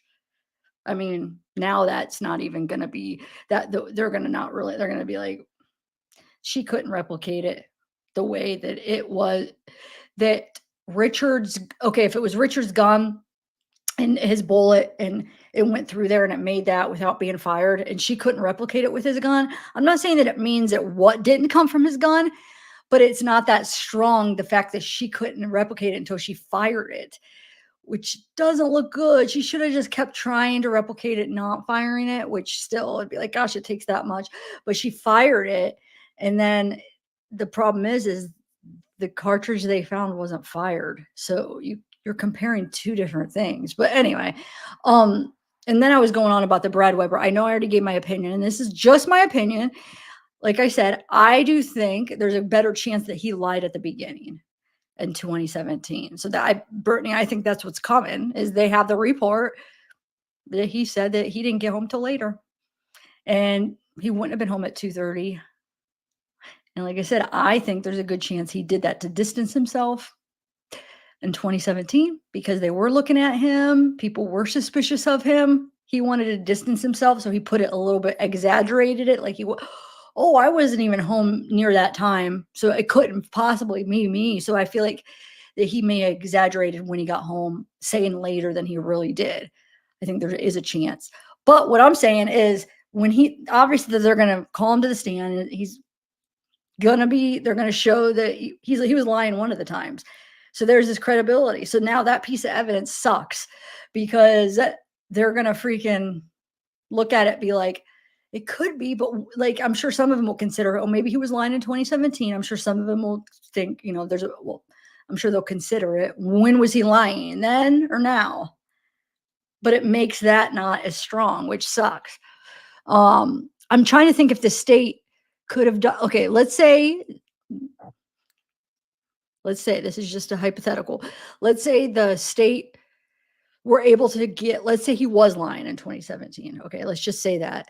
And the state interviewed him and they got him to, kind of admit like, no, okay, I was nervous. I was, I don't know if he would have said that, but like basically say that he was home at 2:30, right? I'm trying to think, would there be any way, knowing that the defense has those accounts? I mean, they possibly could see that his alibi at the time or where he said he was is going to be different than what he says now. Would there have been any way for the state to control for that? I'm trying to think what they could have done.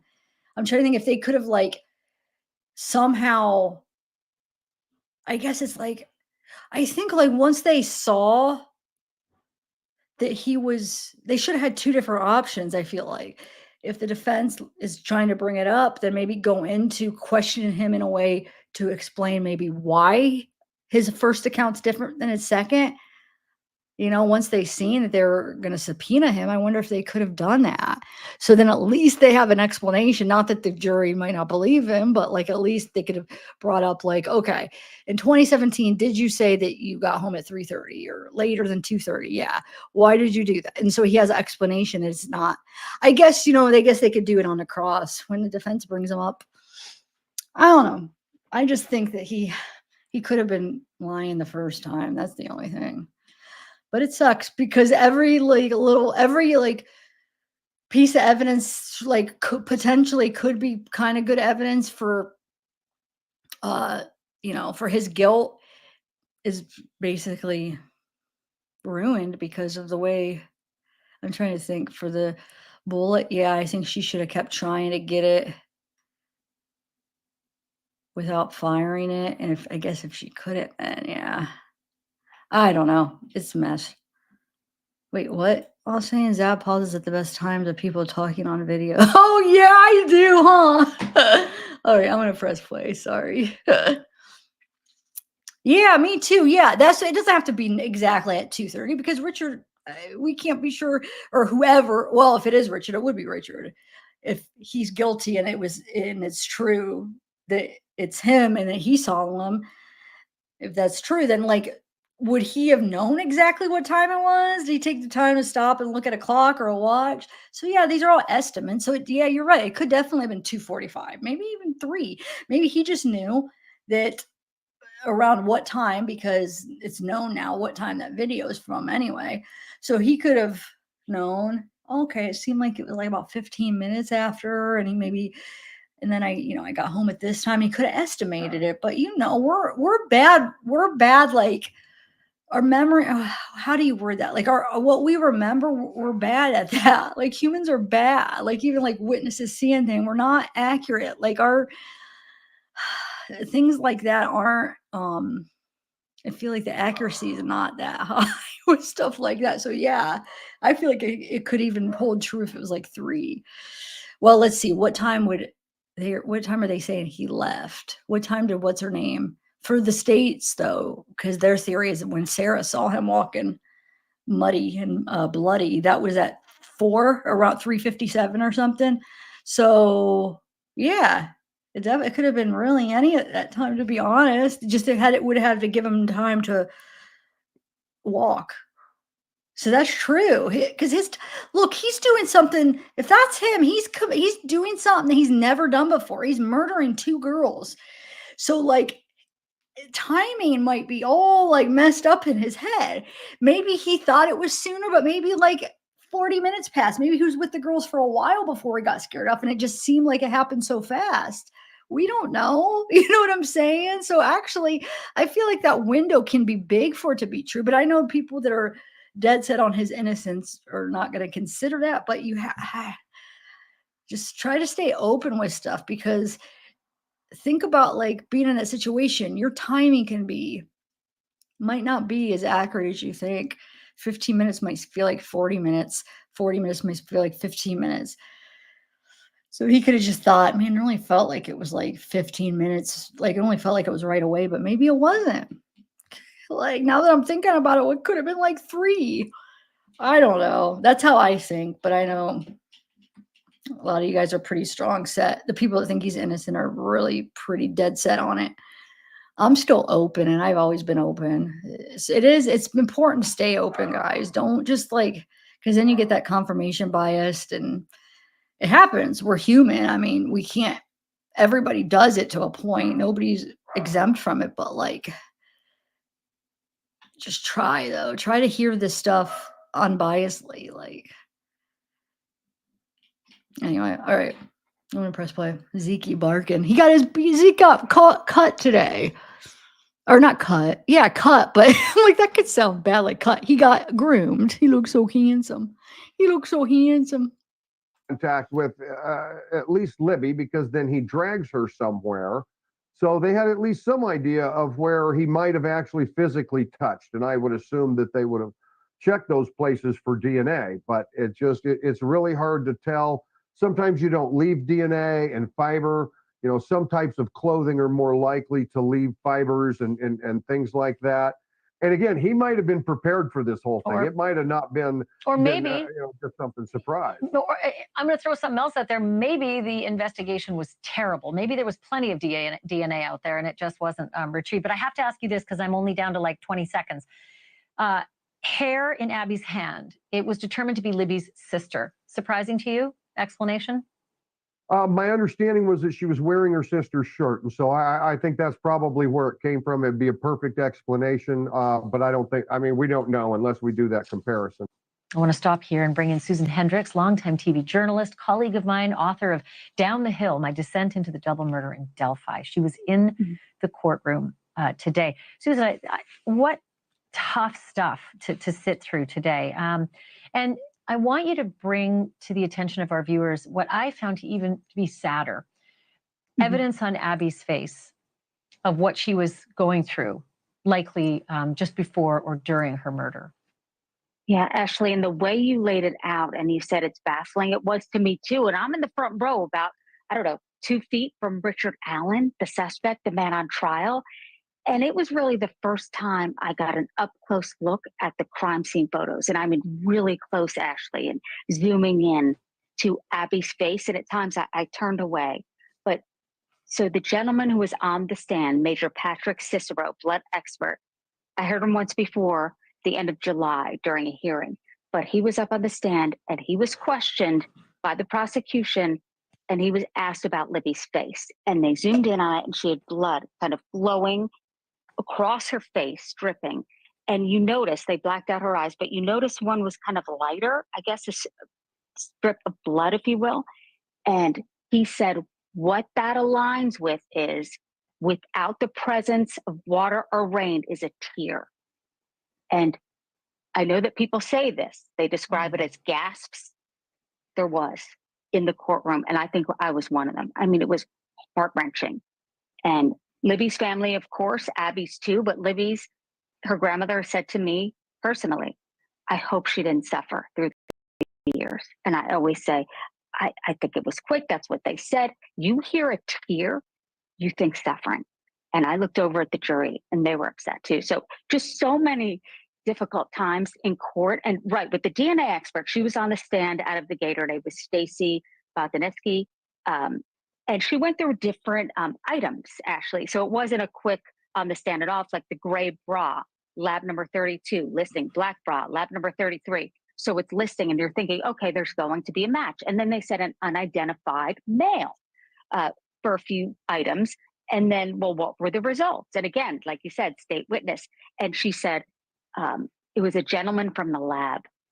So then you think, okay, contamination. So of course, that's not good for the state. And then, of course, we heard from Cicero, who took us through exactly what they think. And Abby's hands, Ashley, you're right. At first, they zoomed in on them. The sweatshirt was over them. And then they show you when they took the sweatshirt down, cleaner than my hands right now. I mean, not anything, not dirt, not blood, nothing. And he said it's either she was knocked out or restrained, but still many questions. So did she not feel that? Did she not? I mean, there's still so many unanswered questions on what happened to those girls, the last moments of their lives. I mean, that every time there's more information, it just becomes more mysterious, just how this really does. double murder played out, you know, in those woods. One thing I was interested to hear, Susan, was that they're looking at potentially bringing up Richard Allen's Google searches tomorrow. I sort of feel like we should know about them already, but we don't, do we? That's what I thought. So it's a big moment. So, well, after, of course, those horrific up close crime scene photos, and, you know, they normally warn the family members, but I heard that they didn't this time, and some people walked out. So it was just, I looked over at the jury, and again, I'm in the front row, so I could see them directly. And they had a long day. The judge understood that. We were done for the day. She excuses them. And then it was Nick McClellan, prosecutor. He stands up and says, Your Honor, I'd like to bring up new evidence as in he is the defense. It's not legally in the system to bring it up. And it's Richard Allen's Google searches. And I went, right, why do we know about this? And then the defense says, Your Honor, we object. Here's a case law of why, mentions a case involving sexual abuse with a stepdaughter. And it was aligned to who uses that specific computer. And then the prosecution said, look, I'll study that case law. I'm kind of familiar with it, but we have proof that Richard Allen uses that computer. He brought up the email address that he uses, October 2022, saying I use it. Then the defense comes back and says, Kathy Allen, Richard Allen's wife, will testify that she uses it. I thought right back to Casey Anthony with the mom saying, no, those were my searches. So it'll be interesting to see what happens. And the judge said, I have to review this. Knowing what I know about her, you can never really kind of understand what she's going to rule, but I have a feeling she will rule. She usually does it not in the presence in court, but something in writing. I think it will come down tonight, tomorrow morning, that she will allow them in, but we'll see.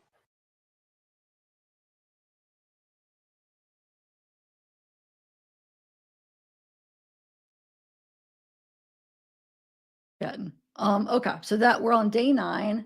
Let's go to day 10 now. cool, we're moving through this quick, and then we'll be able to like kind of just look at whatever random stuff about the case. I want to play, after they talk about Brad Weber, I want to play a clip where Jolie Melvin talks about, I did it last year, where she talks about Brad Weber and the bullet and the gun that they got from him and stuff, and how he was gonna, wait, how was it? He was gonna meet with her. He didn't know, then he refused to meet with her. And it's just, I heard he was a little bit weird, because there's been people suspicious of him. People have like looked into like so many different people, Mello, for in the last 7 years. And definitely there is a group that thinks Kelsey. And I've went over some of the weird things with Kelsey. And I know it's just my opinion, but I came to the conclusion that no, I don't think she is. But of course, everybody's can have your own opinion. But I've went over this stuff. I mean, there's some weird things about it that makes you go, but then it's like, you know. All right. Wait, what are we on? We're on 10. Okay. Wait. Yeah, 10. Wow. We're moving fast. The jurors watched videotape of Richard Allen's interview from that day with investigators, and they saw him freely signing away his right to remain silent and to consult an attorney. Before, he was told that witnesses put him in the vicinity of the Monon High Bridge the afternoon Libby and Abby were abducted and killed. During the first 30 minutes of the interview, Allen appears conversational and cooperative in talking to investigators, but becomes cautious when asked about what he was wearing the day of the murders and what became of the cell phone he was carrying that day, a cell phone police say that now they can't find. Then at about the 52-minute mark of the interview, it seems to dawn on Allen that investigators are questioning him like a suspect. And he says, "I don't want to be somebody's fall guy. I'm starting to feel like your main lead. You're not going to find anything to connect me to the murders, so I'm not worried about it." Then when detectives say they just want to look at his car and his house, Allen says, "I'm not going to have police going through my house and stuff." The interview became combative when Allen was shown a photograph of Bridge Guy and told his clothes he wore that day looked the same way the killer was dressed. Allen says, quote, "If that's taken with the girl's phone, that's not me." Allen then added, "A lot of people wear blue jeans and dark jackets," to which the investigator replied, "but not walking on the bridge that day." At that point, Allen says, "We are done here. Arrest me or take me home." That's when detectives do take him home, only to show up a couple hours later with a search warrant where they came out with evidence that they say links Allen to the murders of the girls, including a gun that shot, allegedly, the same caliber shell and the same shell that was discovered at the feet of the girls in the woods. We have officially heard that first interview that Richard Allen had with police on October 13th of 2022. We went through that interview. Parts of it were taken out because both the attorneys on the defense side and the prosecution agreed that they were irrelevant to this investigation. But throughout that entirety of the interview that went on for more than an hour, Richard Allen continuously denies any involvement with the crimes or even ever know. You know what sucks? Which I don't put a lot of like,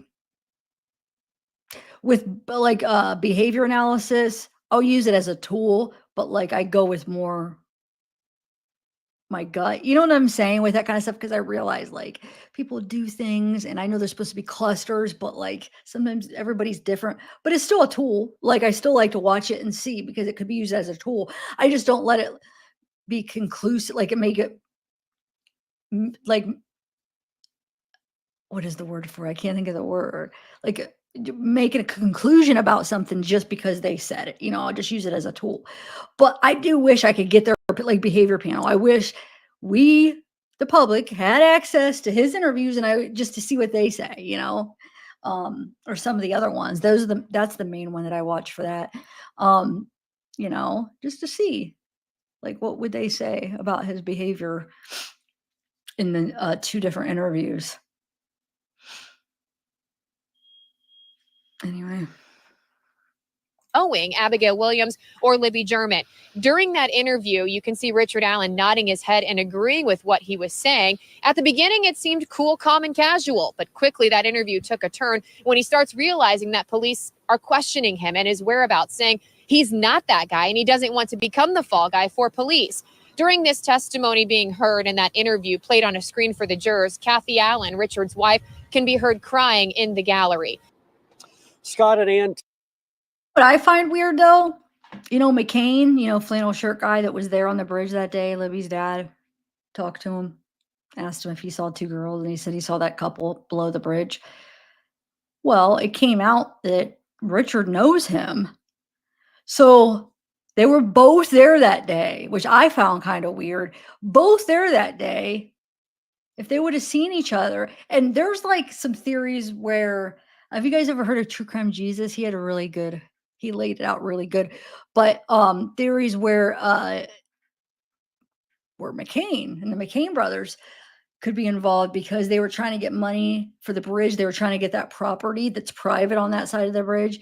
And it would make sense for them maybe to set up Ron Logan to make him look like it, so then they could get the property. Then you have Curtis Fouts, the judge, that would sit there and had that company. Oh, I went down so many rabbit holes. He had that company, that property company, and it was said that he would take basically people that he would, because he was the judge, so defendants, he would end up basically illegally taking their property, like sending them to jail and get their property.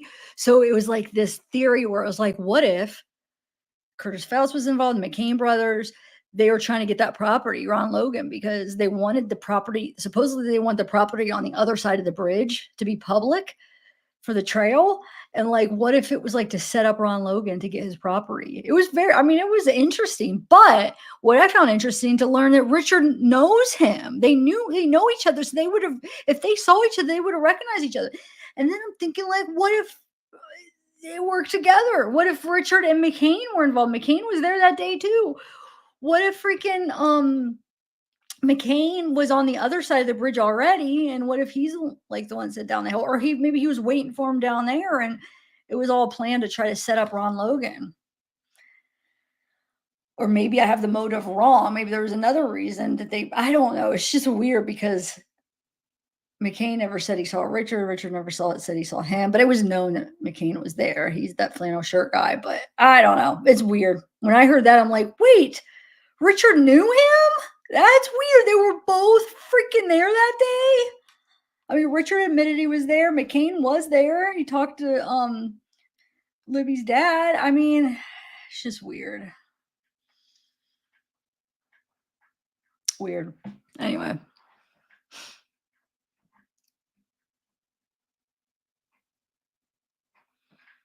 Today's testimony focused on jurors getting to hear from Richard Allen, not the Richard Allen sitting at the defense table in the courtroom, but they got to see him on video. They got to read one of his statements. They got to hear about what he had to say in prison. Let's get you up to date here. The very first witness today actually was some videos. They were videos showing Allen being interrogated by state police. The jury got to see how Allen responded when he was questioned by investigators back in October of 2022. He was very respectful and calm and offered information willingly. Once police told him that they wanted to search his phone and his car and his house, though, well, Allen remained polite, but he said he needed to discuss that with his wife. He told police, "Your attitude toward me has definitely changed. This feels like you're interrogating me. You've known from the beginning I was out there. I told you that." State police. One more thing. Fouts, the judge Fouts, was the one that sentenced Ron Logan for his probation violation, and he sentenced him to like the max. It was like a crazy amount of jail time for a sentence, a probation violation. He was his judge. It's just, you guys, there's so many rabbit holes to go down. I mean, I'm telling you, for 7 years, we went down like all kinds of different ones. But the crazy thing is even if this stuff isn't involved, like the murder, even if it had nothing to do with the murder, there's still some facts that people are like uncovering, like the corruptness of Curtis Fouts. I mean, we know he's the freaking judge that resigned because of that escort filmed him. And so he resigned, but then people looked into him and there's so much corruptness behind him. He has these 2 land companies, and supposedly he was illegally basically sentencing people to jail and then somehow getting their land. And yeah, I don't know, it's pretty crazy.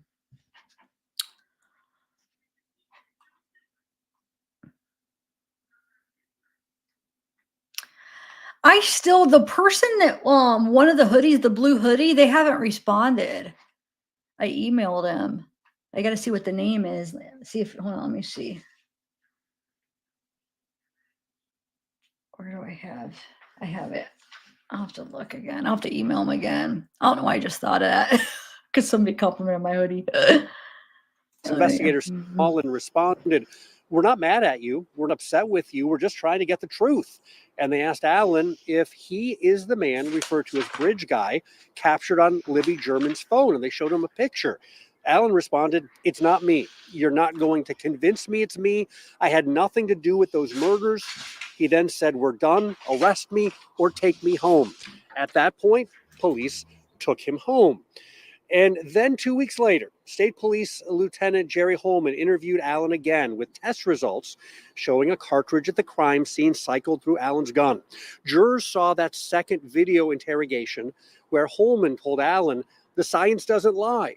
And he said that if Allen didn't confess to the murders, the media would portray him as a monster. Allen responded, "I did not murder 2 little girls. You're trying to convince me to confess to something I didn't do." He repeated that line dozens of times during the interviews with police. Richard Allen, over and over throughout the interview, said, "I had nothing to do with this. I am not going to admit to something I didn't do. I can't explain something I don't know about." At one point, Richard Allen's wife, Kathy, was allowed to come in the interview room. She was crying. They hugged. He vehemently explained to her that he had nothing to do with the murders. And when Kathy Allen then went to leave the room and Jerry Holman came back in, that's when things got incredibly heated. He said, "Now you're going to drag your wife and daughter through this because you're too blank bullheaded to get out ahead of this." Richard Allen responded, "You're going to pay for what you've done to my wife. You want to blank with me, but you leave my wife out of this. Leave me out of this." At that point, Jerry Holman started screaming at Richard Allen, saying, "I know that you are the killer." At one point then, Richard Allen said, "If you're going to arrest me, arrest me." And Jerry Holman said, "Happy to." Very important testimony today. Actually, the words of Richard Allen that the jury got to hear for themselves this afternoon. The focus then switched to Allen's confessions while inside prison. The former warden at Westville Correctional Facility told the jury that Allen confessed to him that he killed Abby and Libby at least once in a written note and another time during a conversation. Several corrections officers told jurors that they also heard Allen confess. Allen's defense attorneys pointed out those corrections officers and the warden have little training in mental health, and the defense team will be presenting lots of evidence to explain why they believe Allen was mentally ill at the time he made up his confessions, or I should say that he made his confessions, and that the statements they say were completely made up. Emily Longnecker was also in court with me today. She is still in the courtroom right now. This is a very long day of testimony for jurors. 35 pages of notes is what I took down, and that was before I left late this afternoon and walked out of the courtroom. Emily's going to tell you more. This morning, new details in the trial of Richard Allen, the man accused of the brutal murders of 2 Delphi, Indiana teens, 13-year-old Abby Williams and her friend 14-year-old Libby German. Indiana State Police Lieutenant Jerry Holman, the officer who interviewed Allen, returning to the stand to recall that 2022 interrogation. Holman telling the jury he recalled questioning Allen about the unspent cartridge found near the girls' bodies, a key piece of evidence in the case, saying Allen told him, "There's no way that round cycled through my gun.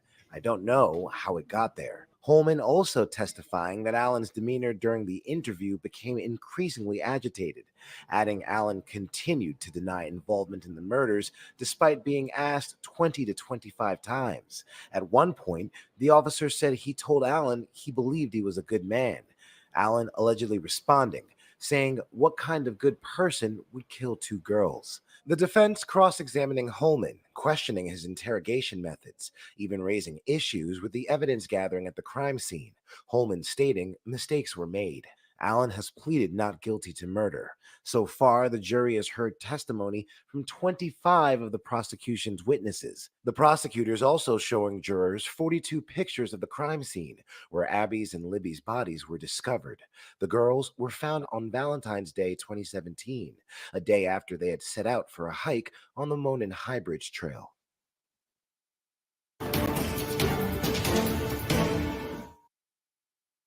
Missed that for usually cut out the songs. All right, now to the latest developments in the Delphi murderers trial. Yesterday, on day 9, new experts took the stand, sharing some heartbreaking insights. This was an especially tough day. Insights into what may have happened in Abby Williams and Libby German's final moments. That testimony focused on the science of these crimes and what was found at the scene. Now we're getting a look at what's happening right now on day 10. Our Bob Siegel has been in session all morning and breaks down the latest from the courtroom.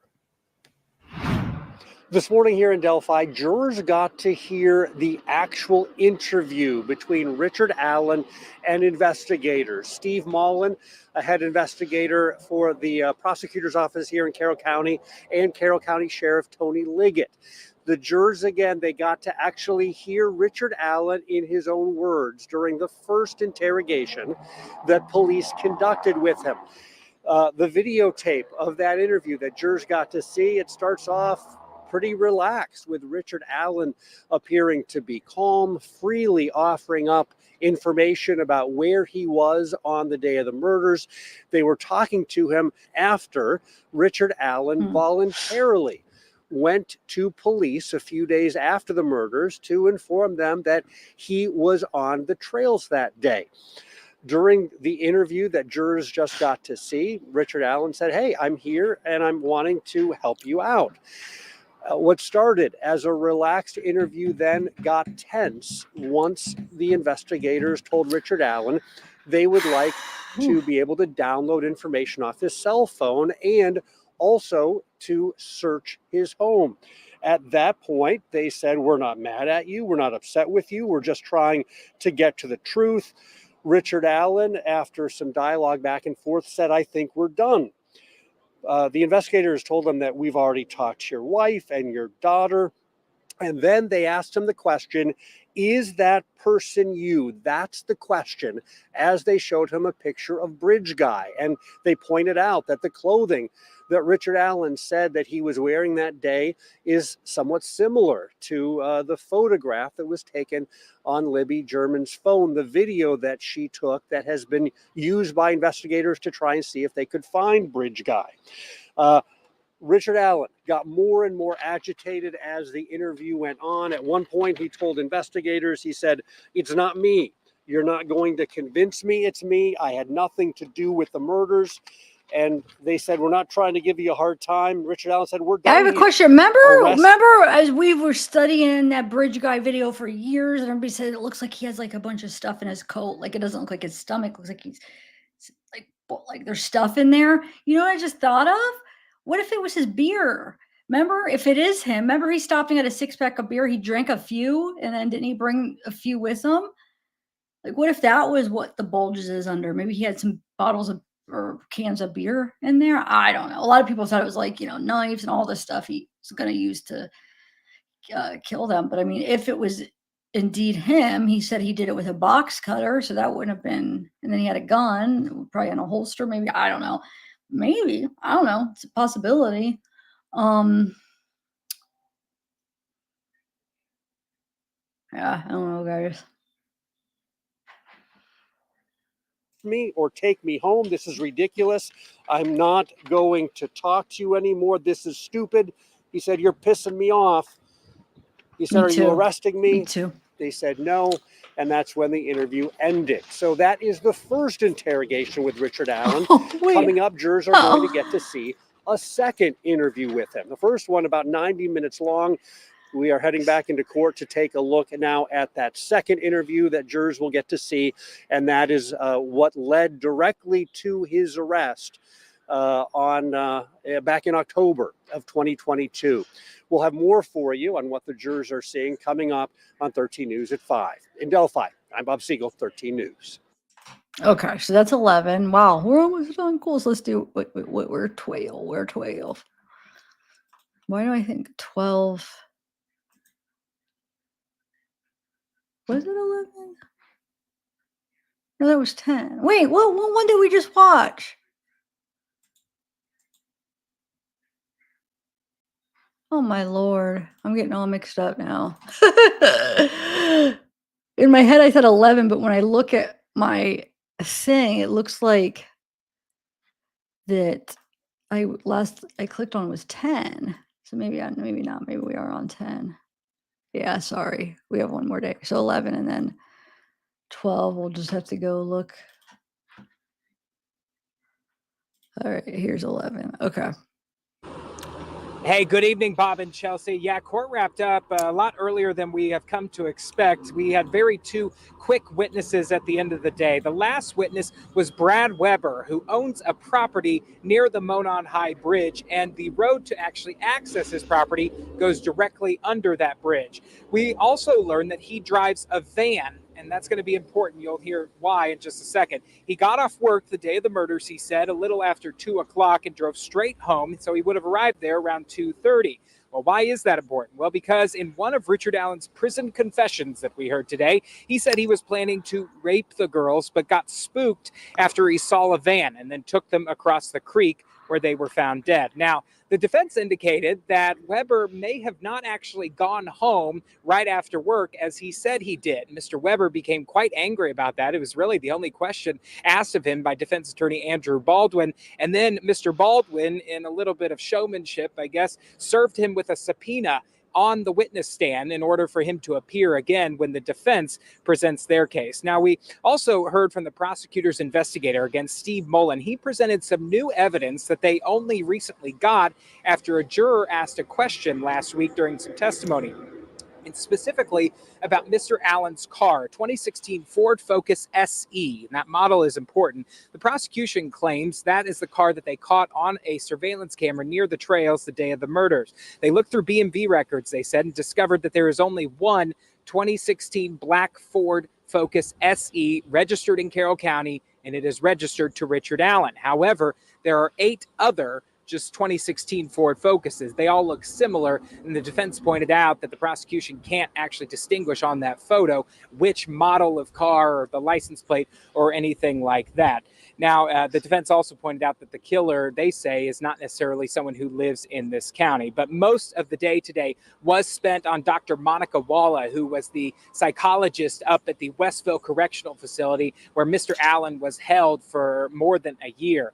After about 5 months there, actually, he told his psychologist that he found God and wanted to confess to the murders. Dr. Walla testified that Allen told her in very specific chronological detail that as a recovering alcoholic, he drank 3 beers the days of the murder, and then he followed the girls onto the bridge and then said he messed with his gun, which is when he thinks the bullet fell out. Now, that is contradictory to where the bullet was actually found, however.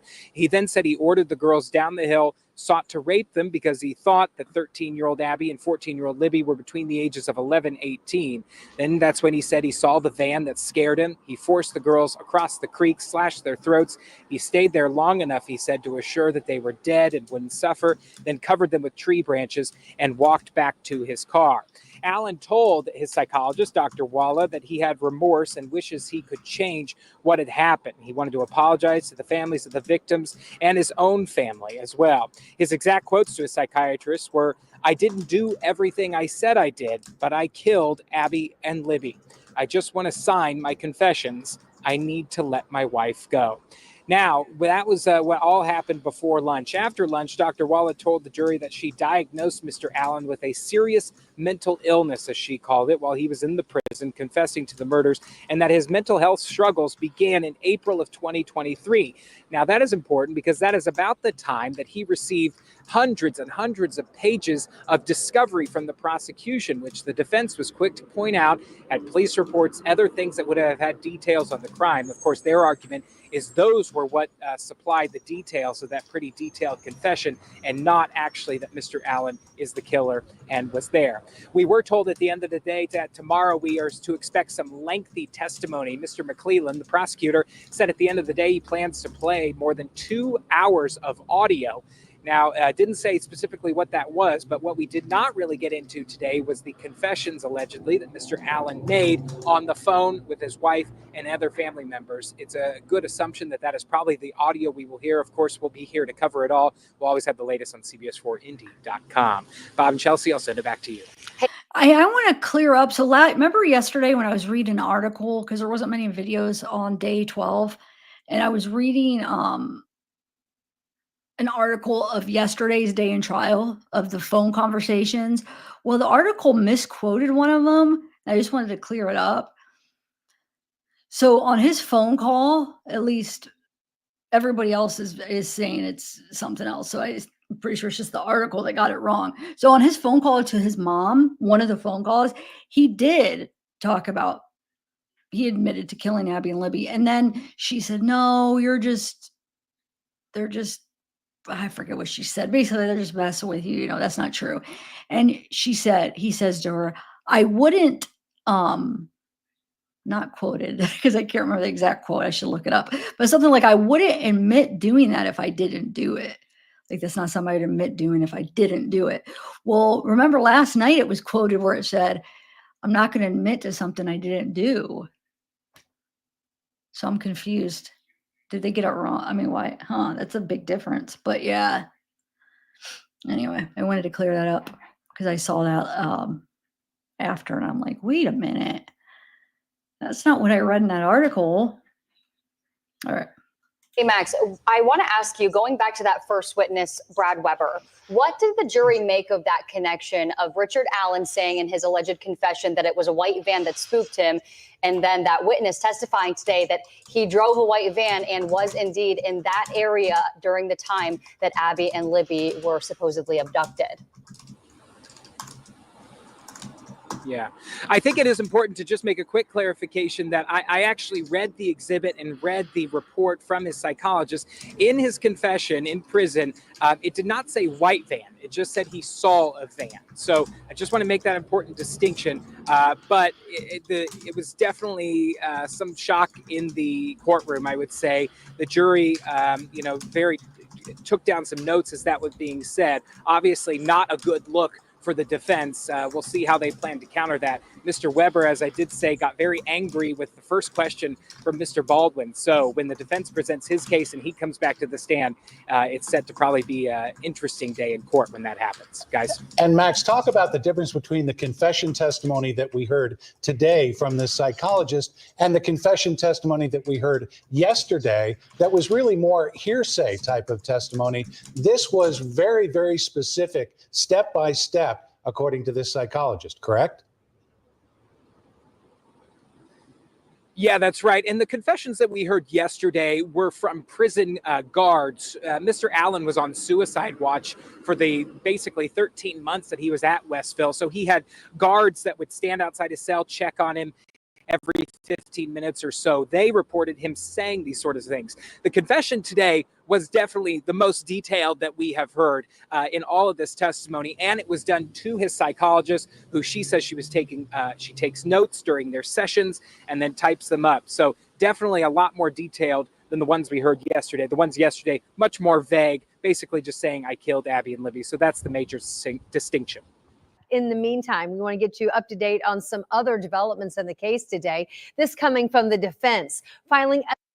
I'm not saying I don't think BG is the voice. Chances are it probably is, but I'm saying I'm still open that we don't know for sure. There could have been somebody else on the other side of that bridge. And no, it's not like Libby said or whoever said got a gun. First of all, some people didn't hear that. I do trust that the investigator that listened to it over and over, if we were able to listen to headphones and the people, that said they didn't hear it, maybe they would have heard it. So let's say she does say got a gun, right? We don't know that they're talking about BG. This would have been right before you hear guys down the hill. So let's say she's filming Abby. You catch BG in the background, put it down. You don't see any more of them. And let's say there's a guy coming up on the other side and she's talking about another person saying he got a gun. I mean, we don't know who that she's referring to BG. She doesn't say, the guy on the bridge has a gun. She just said, or bridge guy has a gun. She just says, that be a gun or whatever. So, I mean, we don't know who she's saying has a gun. It would make sense that the person she's saying has a gun is the guy that says guys down the hill. But my point is, we don't know if that voice is the person on the bridge. I mean, I'm just saying, it's a possibility that there was somebody else already on the other side. And maybe there's two people. And maybe the bridge guy does have something to do with it. Maybe there's somebody else. Or maybe it is the same guy. I mean, I'm just saying from that video, it's not 100% that there wasn't somebody else already on that side that they hadn't seen. And then he comes up and then she's like, got a gun. And he's like, guys down the hill. And it's not the same guy that was walking down the bridge.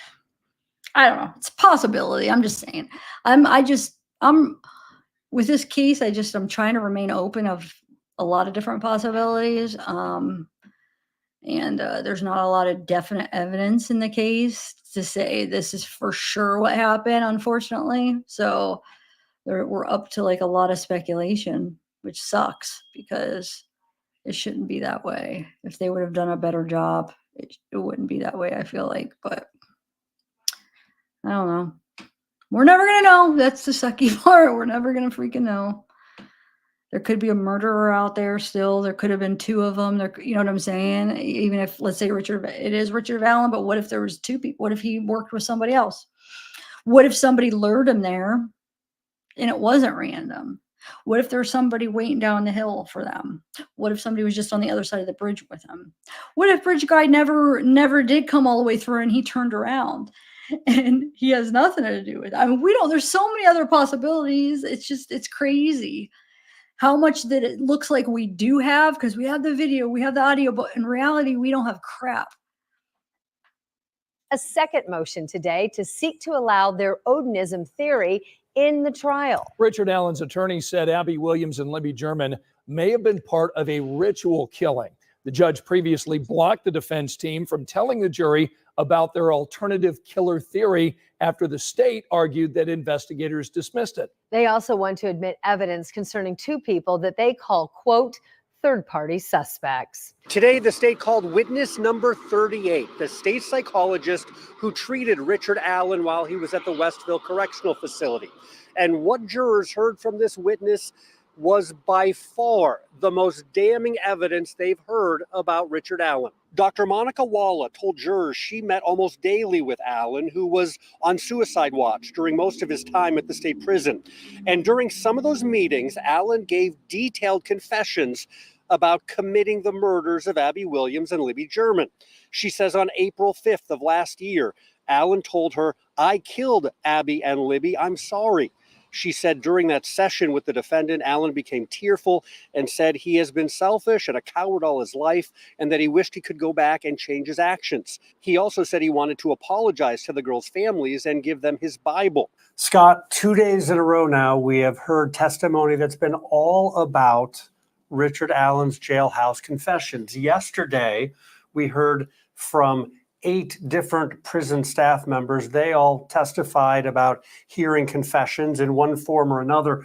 Those were pretty general confessions that we heard about. Today, by far, the testimony we heard today, the most damaging so far for Richard Allen out of all the testimony that we've heard over the last couple of weeks. And the testimony today, it came from the psychologist who saw Richard Allen just about every day that he was at Westville Correctional Facility for more than a year. Right. And very specific. She had very specific testimony about the kind of confessions he made yesterday. You know, the defense referred to generalized confessions that he made to these prison guards. Today, very specific wording. Let's get you up to speed on the witnesses that we heard testimony from today. The first witness, the one that we've been referring to, Dr. Monica Walla, she was on the stand for more than 5 hours, and she's the prison psychologist who met with Allen throughout late 2022 and 2023 while he was at Westville. We also heard from Steve Mullen. It was his third time taking the witness stand during this trial. He was the Delphi police chief at the time of the murders, and he's now the lead investigator for the Carroll County Prosecutor's Office. And then we heard from Brad Weber. He is a local Delphi resident who owns property very close to the murder scene. Really surprising testimony, or the way that we heard testimony from him today. We'll talk about that in a little bit. First, let's talk about Dr. Walla. She was the state's star witness today.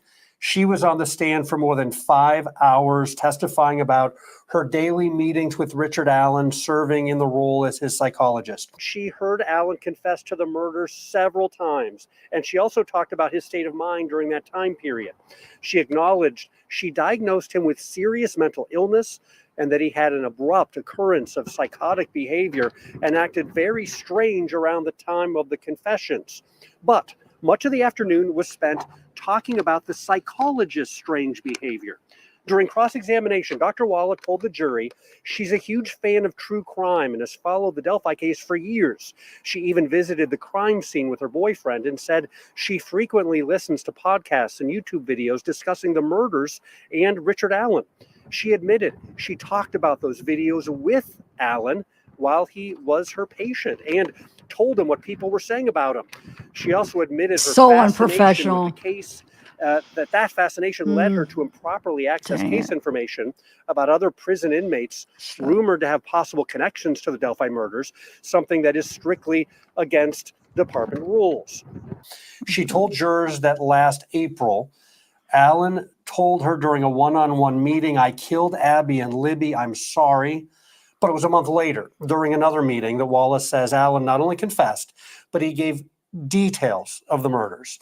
Walla read from her clinical notes today, telling the jury what Allen told her. And she said, Allen went to his parents' house in the morning, bought a 6-pack of beer on the way home and drank 3 of those beers, and then bundled up and went out to the trails. That's where he saw Abby and Libby, and he followed them across the bridge. She said Allen told her that he did something with his gun at that point, which he thought might explain how a cartridge from the gun ended up at the crime scene.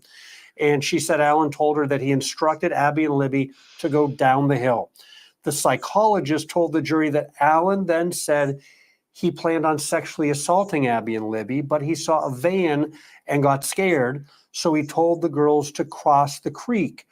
And Wallace said that the defendant told her that that's where, in her words, cut their necks. That's what she said that Richard Allen told her, cut their necks and made sure that they were dead, and then covered their bodies with branches and returned to his car, staying off the trail so that he would not be seen. So Wallace said that that was one of multiple confessions that she heard from Richard Allen during his time at Westville, and that, again, there were multiple confessions. And it's interesting to point out that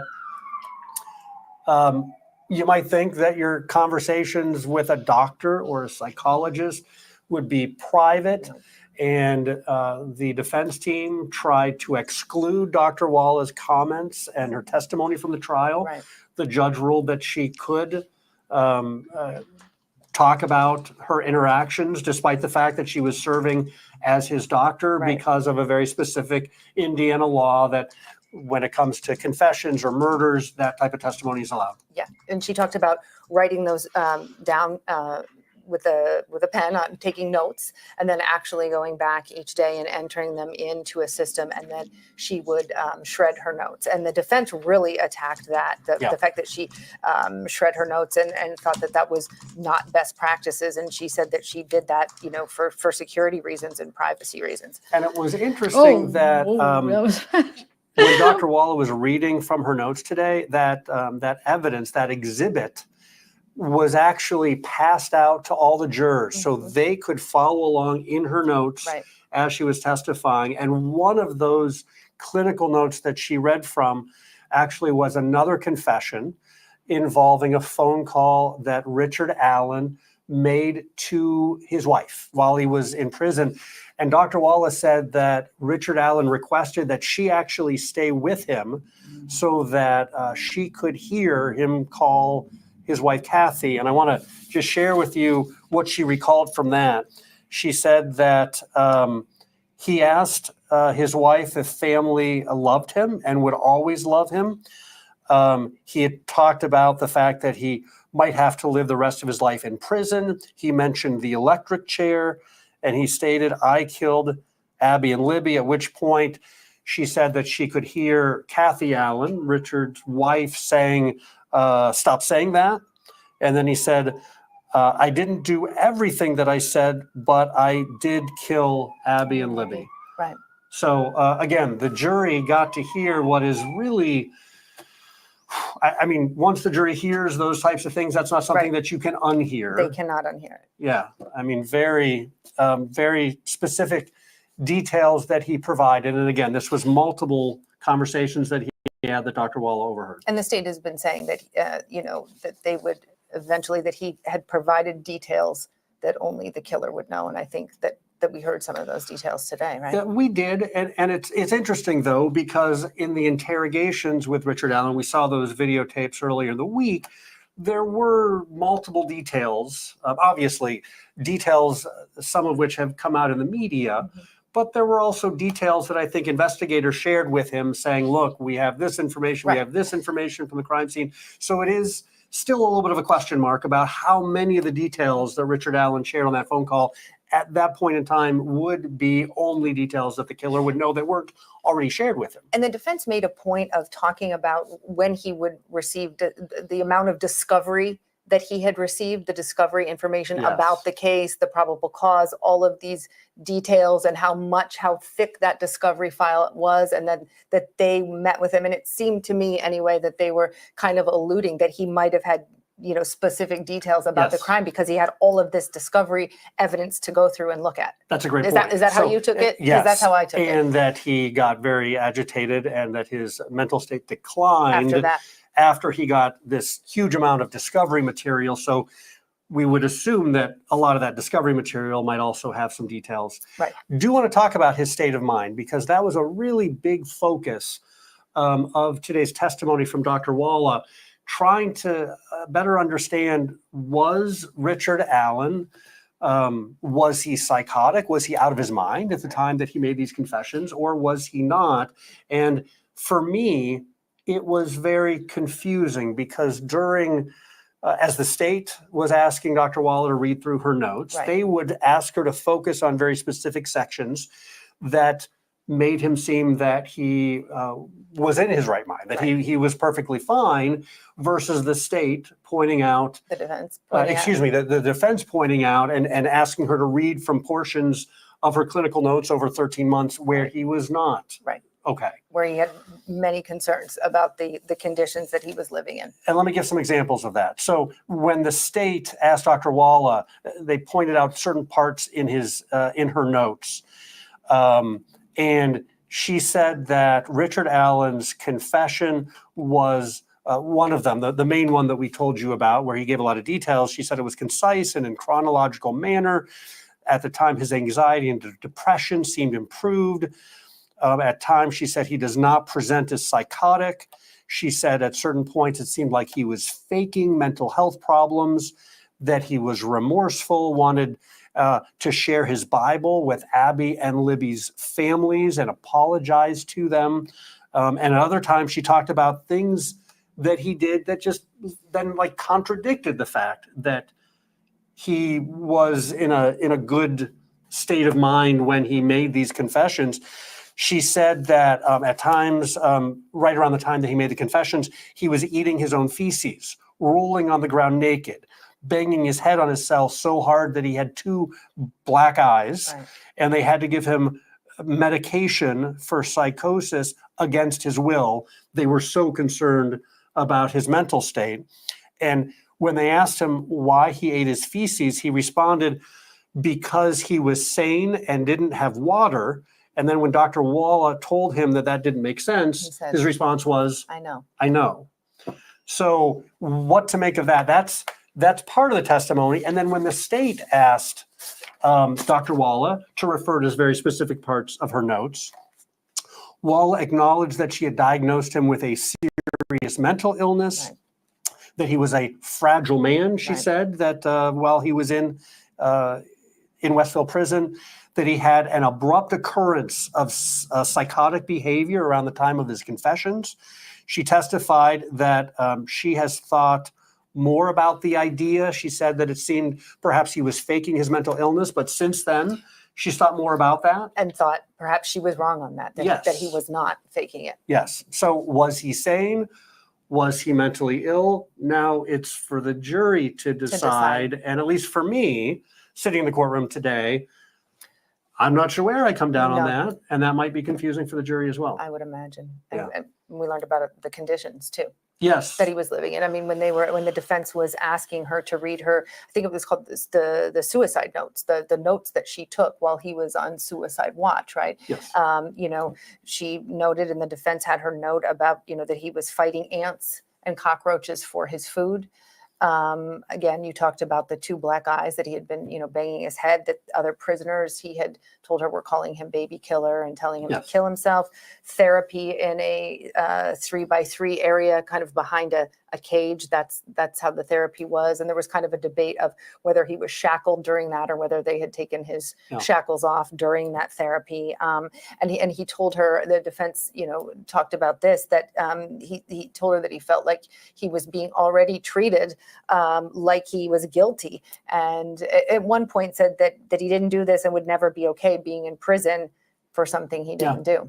And they pointed out again, he was under video surveillance 24/7. The whole time he was there, because he was under suicide watch. He was in a special cell where they could watch him, even when he was going to the bathroom.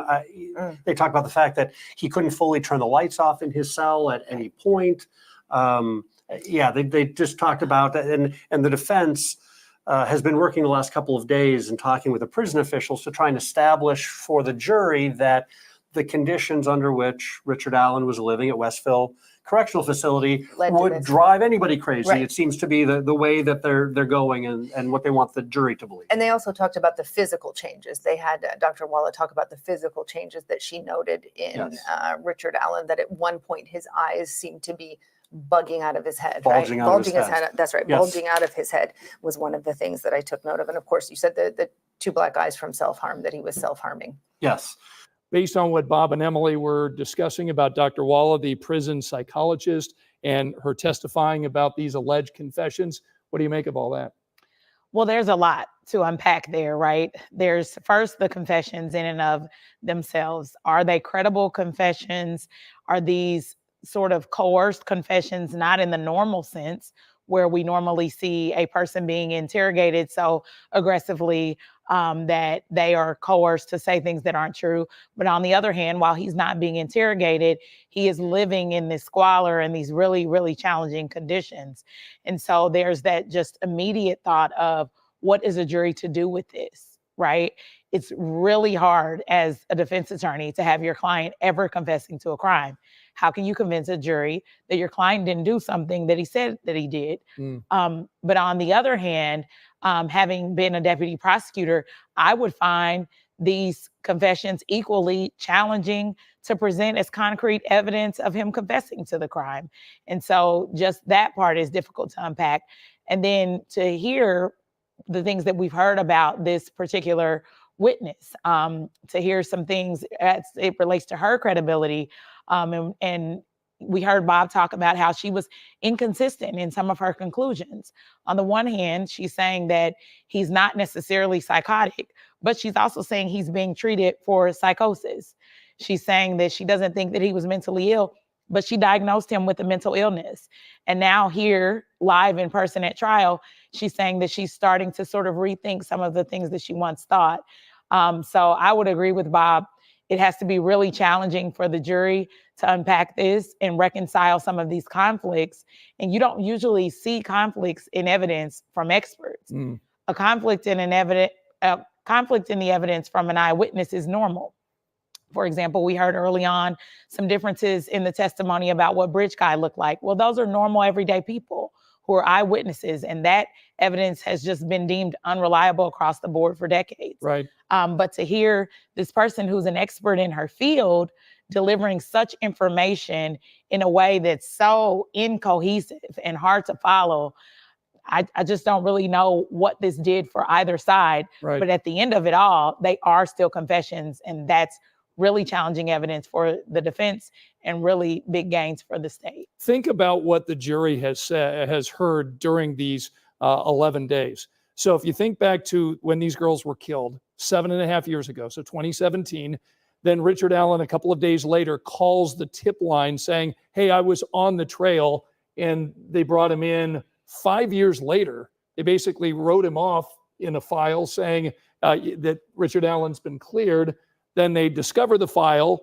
5 years later, back in 2022, that's when he's first interviewed. So the jury is hearing and seeing videos of Richard Allen denying anything about this. And then, of course, now these confessions come out after he has been arrested and charged, and now he's in this prison. And as you mentioned, he again is deemed to be, not guilty, presumed innocent. He's in this prison, though, with people who've been convicted, right? Exactly. And the worst of the worst. The worst of the worst. And I think it's really important to highlight, this is not normal.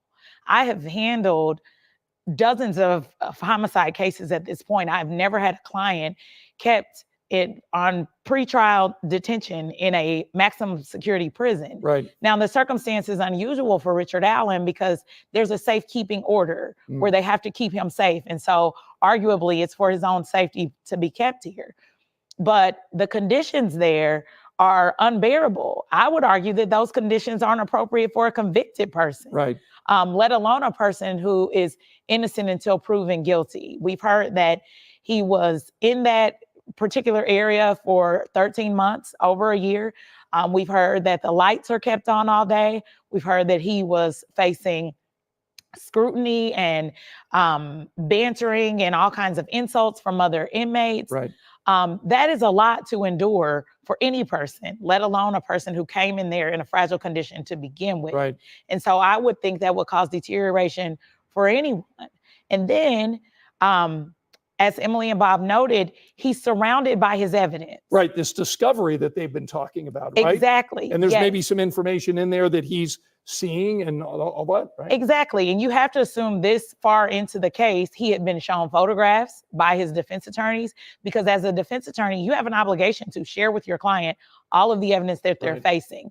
And we talked a little bit previously about how jurors are processing seeing these crime scene photos. It's gotta be just so hard for them. So hard for them, Yeah. right? And if you are Richard Allen and you truly didn't commit this crime, but you're being confronted with these photographs and being told that you caused this harm to these completely innocent girls and you really didn't do it, it would cause you to start to lose your mind. And Right. so I think the jury has a really hard job of balancing all of that and figuring out the truth. We're going to be talking more with Katie Jackson Lindsay in a moment, but Bob and Emily want to bring you back in. The defense spent a large part of today attacking the credibility of this prison psychologist, Dr. Waller, right? Yes, Scott. It wasn't just that they had questions kind of about some of her inconsistent testimony, but they had an opportunity to bring up some of the things that we first heard about in late July when she testified during a pretrial hearing at that point.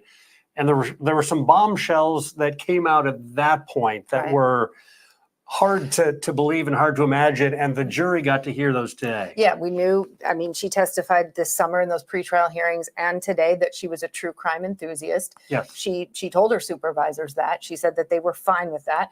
And she says today that she told her supervisors that she had had an interest in this case even before she started treating Richard Allen, even before he got to Westville. Also, that this is before she treated Richard Allen, visited the bridge. Yep. Let's pull up a graphic here. I want to show our viewers exactly the things that she told the jury today. During cross-examination, Dr. Waller told the jury, like Emily just mentioned, that she's a huge fan of true crime and she's followed the Delphi case for years.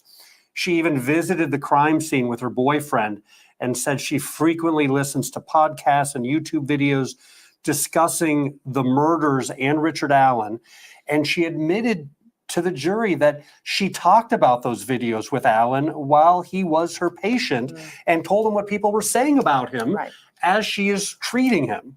And she also admitted her fascination with the case led her to improperly access case information about other prison inmates rumored to have possible connections to the Delphi murders, something that is strictly against department rules. So this was, again, the defense's effort to highlight some professional lapses and to question really her decision making and to impeach this witness before the jury. Yeah, I mean, at one point she testified that she told Richard Allen, "Look, you have supporters out there online." And as I'm reading some of these comments, and we also know that she was recommending to some people online some podcasts that they should listen to, that were the good podcasts to listen to on Delphi, where, you know, I think she talked about one podcast doesn't get too emotional. It's just pretty factual. And so listen to this podcast or that podcast. But we know, and she didn't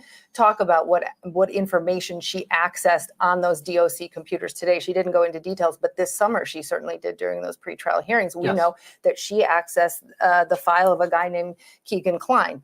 And we know from, you know, past investigations and things that, you know, probable cause affidavits that Keegan Klein had actually been talking to Libby German the night before the girls were murdered online, and kind of planning to potentially meet her at the bridge the next day. And so, and we also know that law enforcement looked at him as a legitimate suspect initially. And they, you know, a couple years into this, put out a call to us, to the media and to the public, if anybody had contact with a social media profile, Anthony_shots. And that was the social media profile that Keegan Klein was using to meet underage girls online and get them to send him pictures. And so when police looked at Keegan Klein, ultimately he ended up having an alibi for the day of the murders not being in Delphi, but they found all this other stuff on all of his devices, which is why he's in prison now after being convicted by, you know, to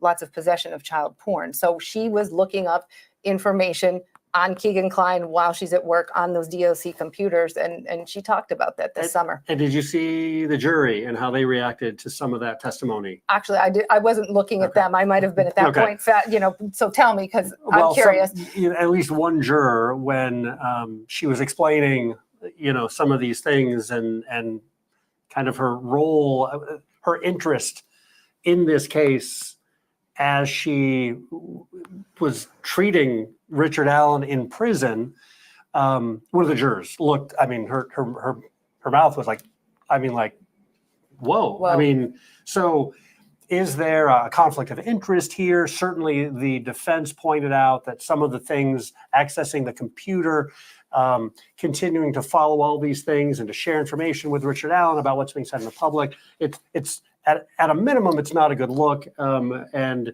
on the other end of the spectrum, you know, there's some professional norms that you don't violate that they brought up that it appeared that she did. Yeah, I mean, she said she was able to compartmentalize it all, but I think the jury had questions in the end. Including the question of whether or not she informed her supervisors that she had done all these things. And her testimony varied back and forth whether she did or whether she didn't, but we might hear more about that coming up. And we also learned at one point that she's no longer employed by the third party that the DOC had contracted with that she would work through. So we know that as well. So testimony then shifted. After Dr. Walla, we heard again from Steve Mullen, former Delphi police chief, and his testimony was interesting today.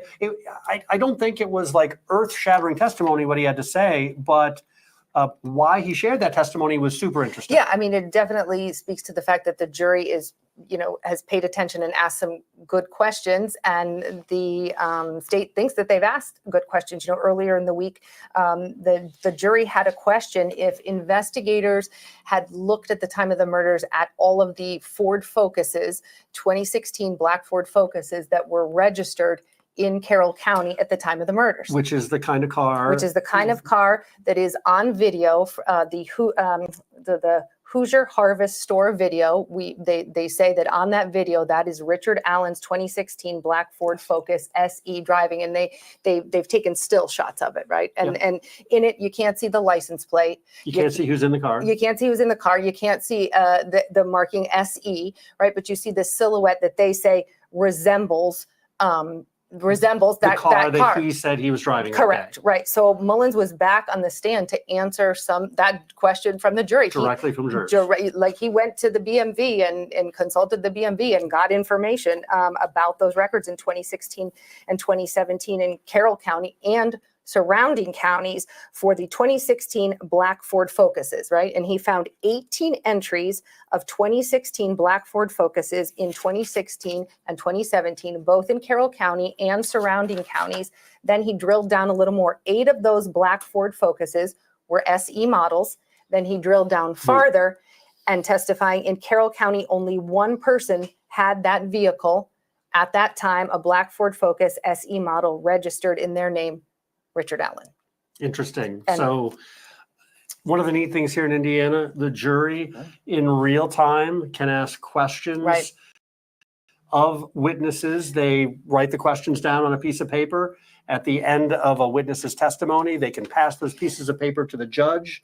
And as long as those questions are not out of bounds, then the judge asked the witness direct, specific questions from the jurors. It was really neat to see how this played out today. And the fact that not only did they ask a question a few days ago, but the state thought the question was so relevant and important, they wanted to answer it. They did research and they did. And put their witness back on the stand today to answer that question. And then the defense attacked that, and they said, "Look, there was other information." Well, first they said, "Do you track all of the people that drive into Carroll County from all the counties that might be, driving Ford Focuses? Do you track who drives here?" And they pointed out in the video that you can't see the SE right on that thing, and that you can't see the license plate, and you can't really see who's driving the thing. They definitely pointed that out. And then Jennifer Auger pointed out from 2011 to 2017, there were other Ford Focus models, not just the SE. There were other Ford Focuses that resembled, that were similar to that SE model. It got very, very specific. And she brought out another list, 65 black Ford Focuses with similar body types to the SE that were registered in Carroll County and surrounding counties during that time. And then the jury, they came back with another question. I mean, they pay attention, and they really pay attention. And they asked about the rims on the Ford Focus that you could see through. You can see daylight through. Like they've been described as spokes almost, that you can see daylight through these rims.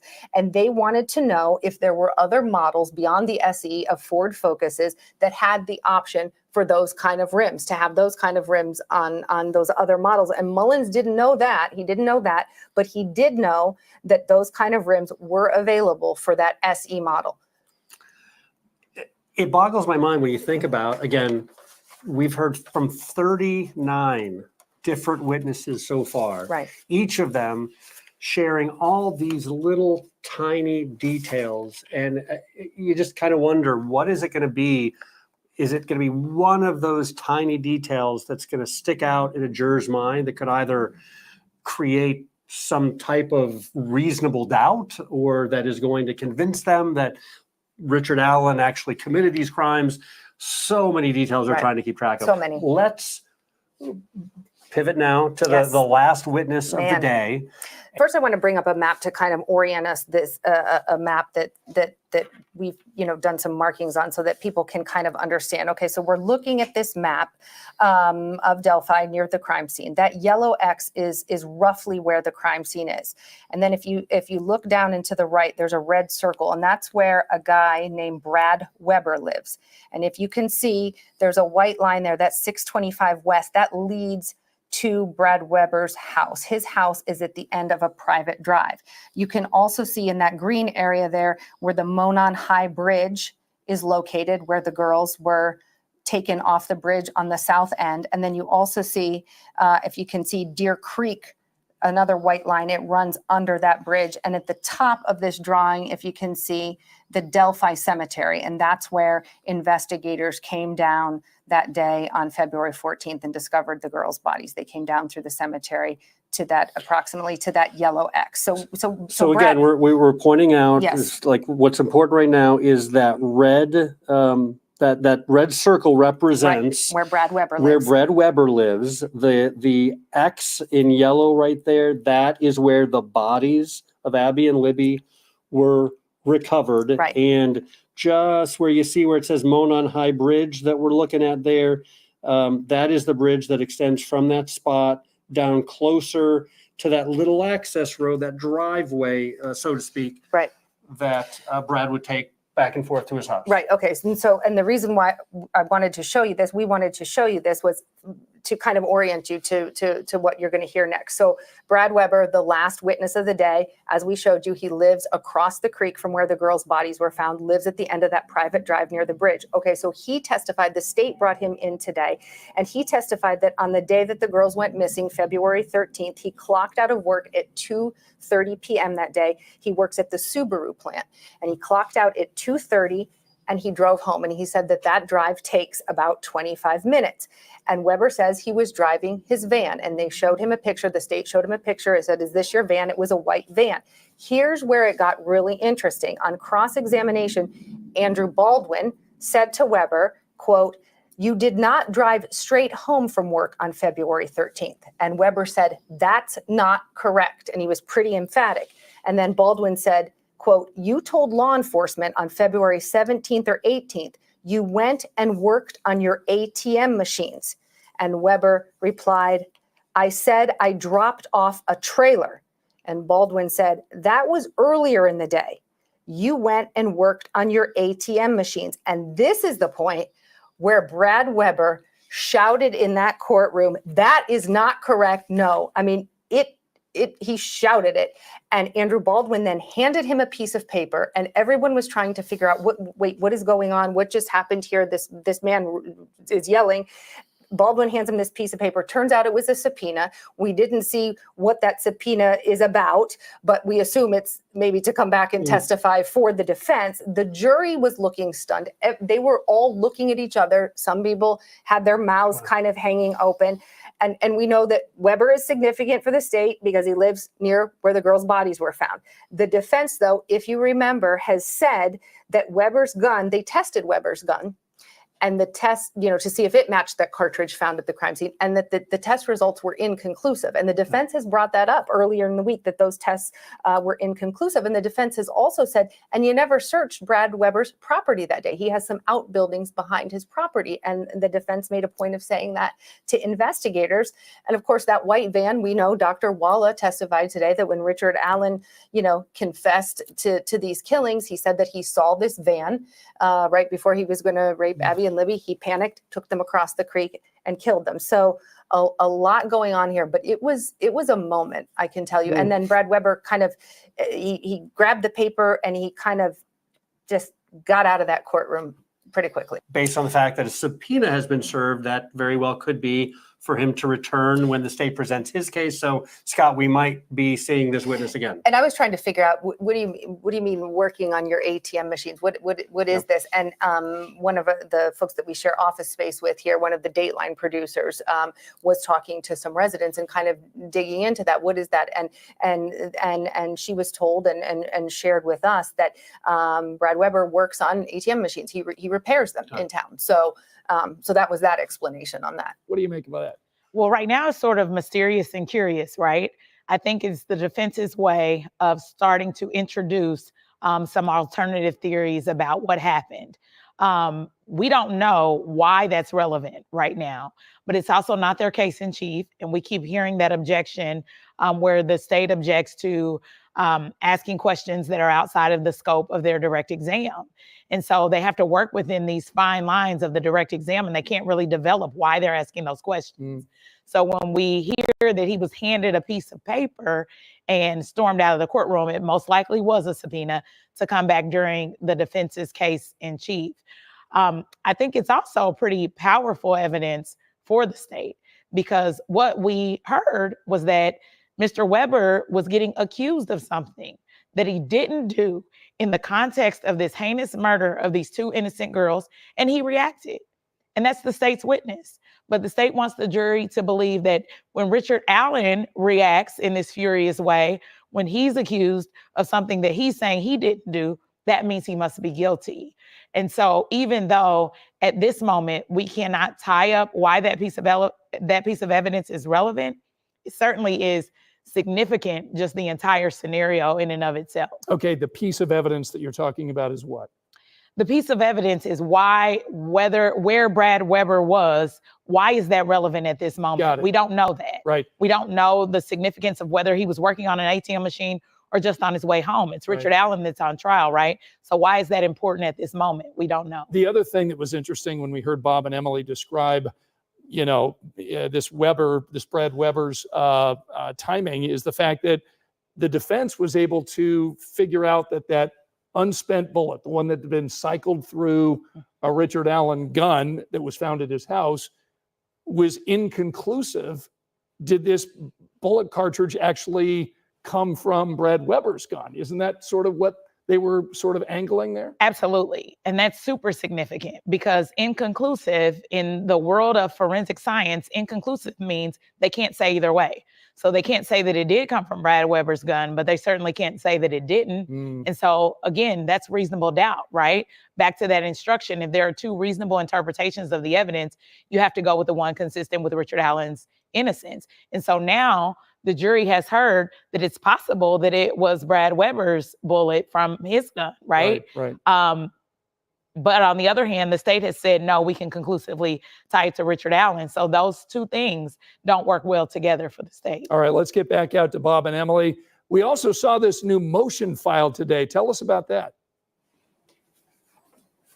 Yeah, 10 pages, this motion. The accused's second motion to admit evidence of Odinism, Norse paganism, and ritualistic killings. We've known from the beginning that the defense wants to be able to present to the jury an alternate theory that the girls were killed in some kind of ritualistic killing. And they also want to present some third-party suspects, people that they say that police talked to that they believe were involved in this. Now, they've presented a couple motions on this, and those pretrial hearings, they had a expert testify that, yes, she believed that this was a ritualistic killing, that the sticks laid on the girls' bodies were symbols, the marking on the tree, that was a symbol. The judge denied it. Obviously, we haven't heard anything about Odinism so far in this trial, and we haven't seen any third-party suspects. But what this second motion is about today is they say the testimony of witnesses that we've had so far in the past couple weeks, that they've kind of opened a door to them being allowed to present an alternative theory. And here's just a couple quick points that they said that opens the door. We had the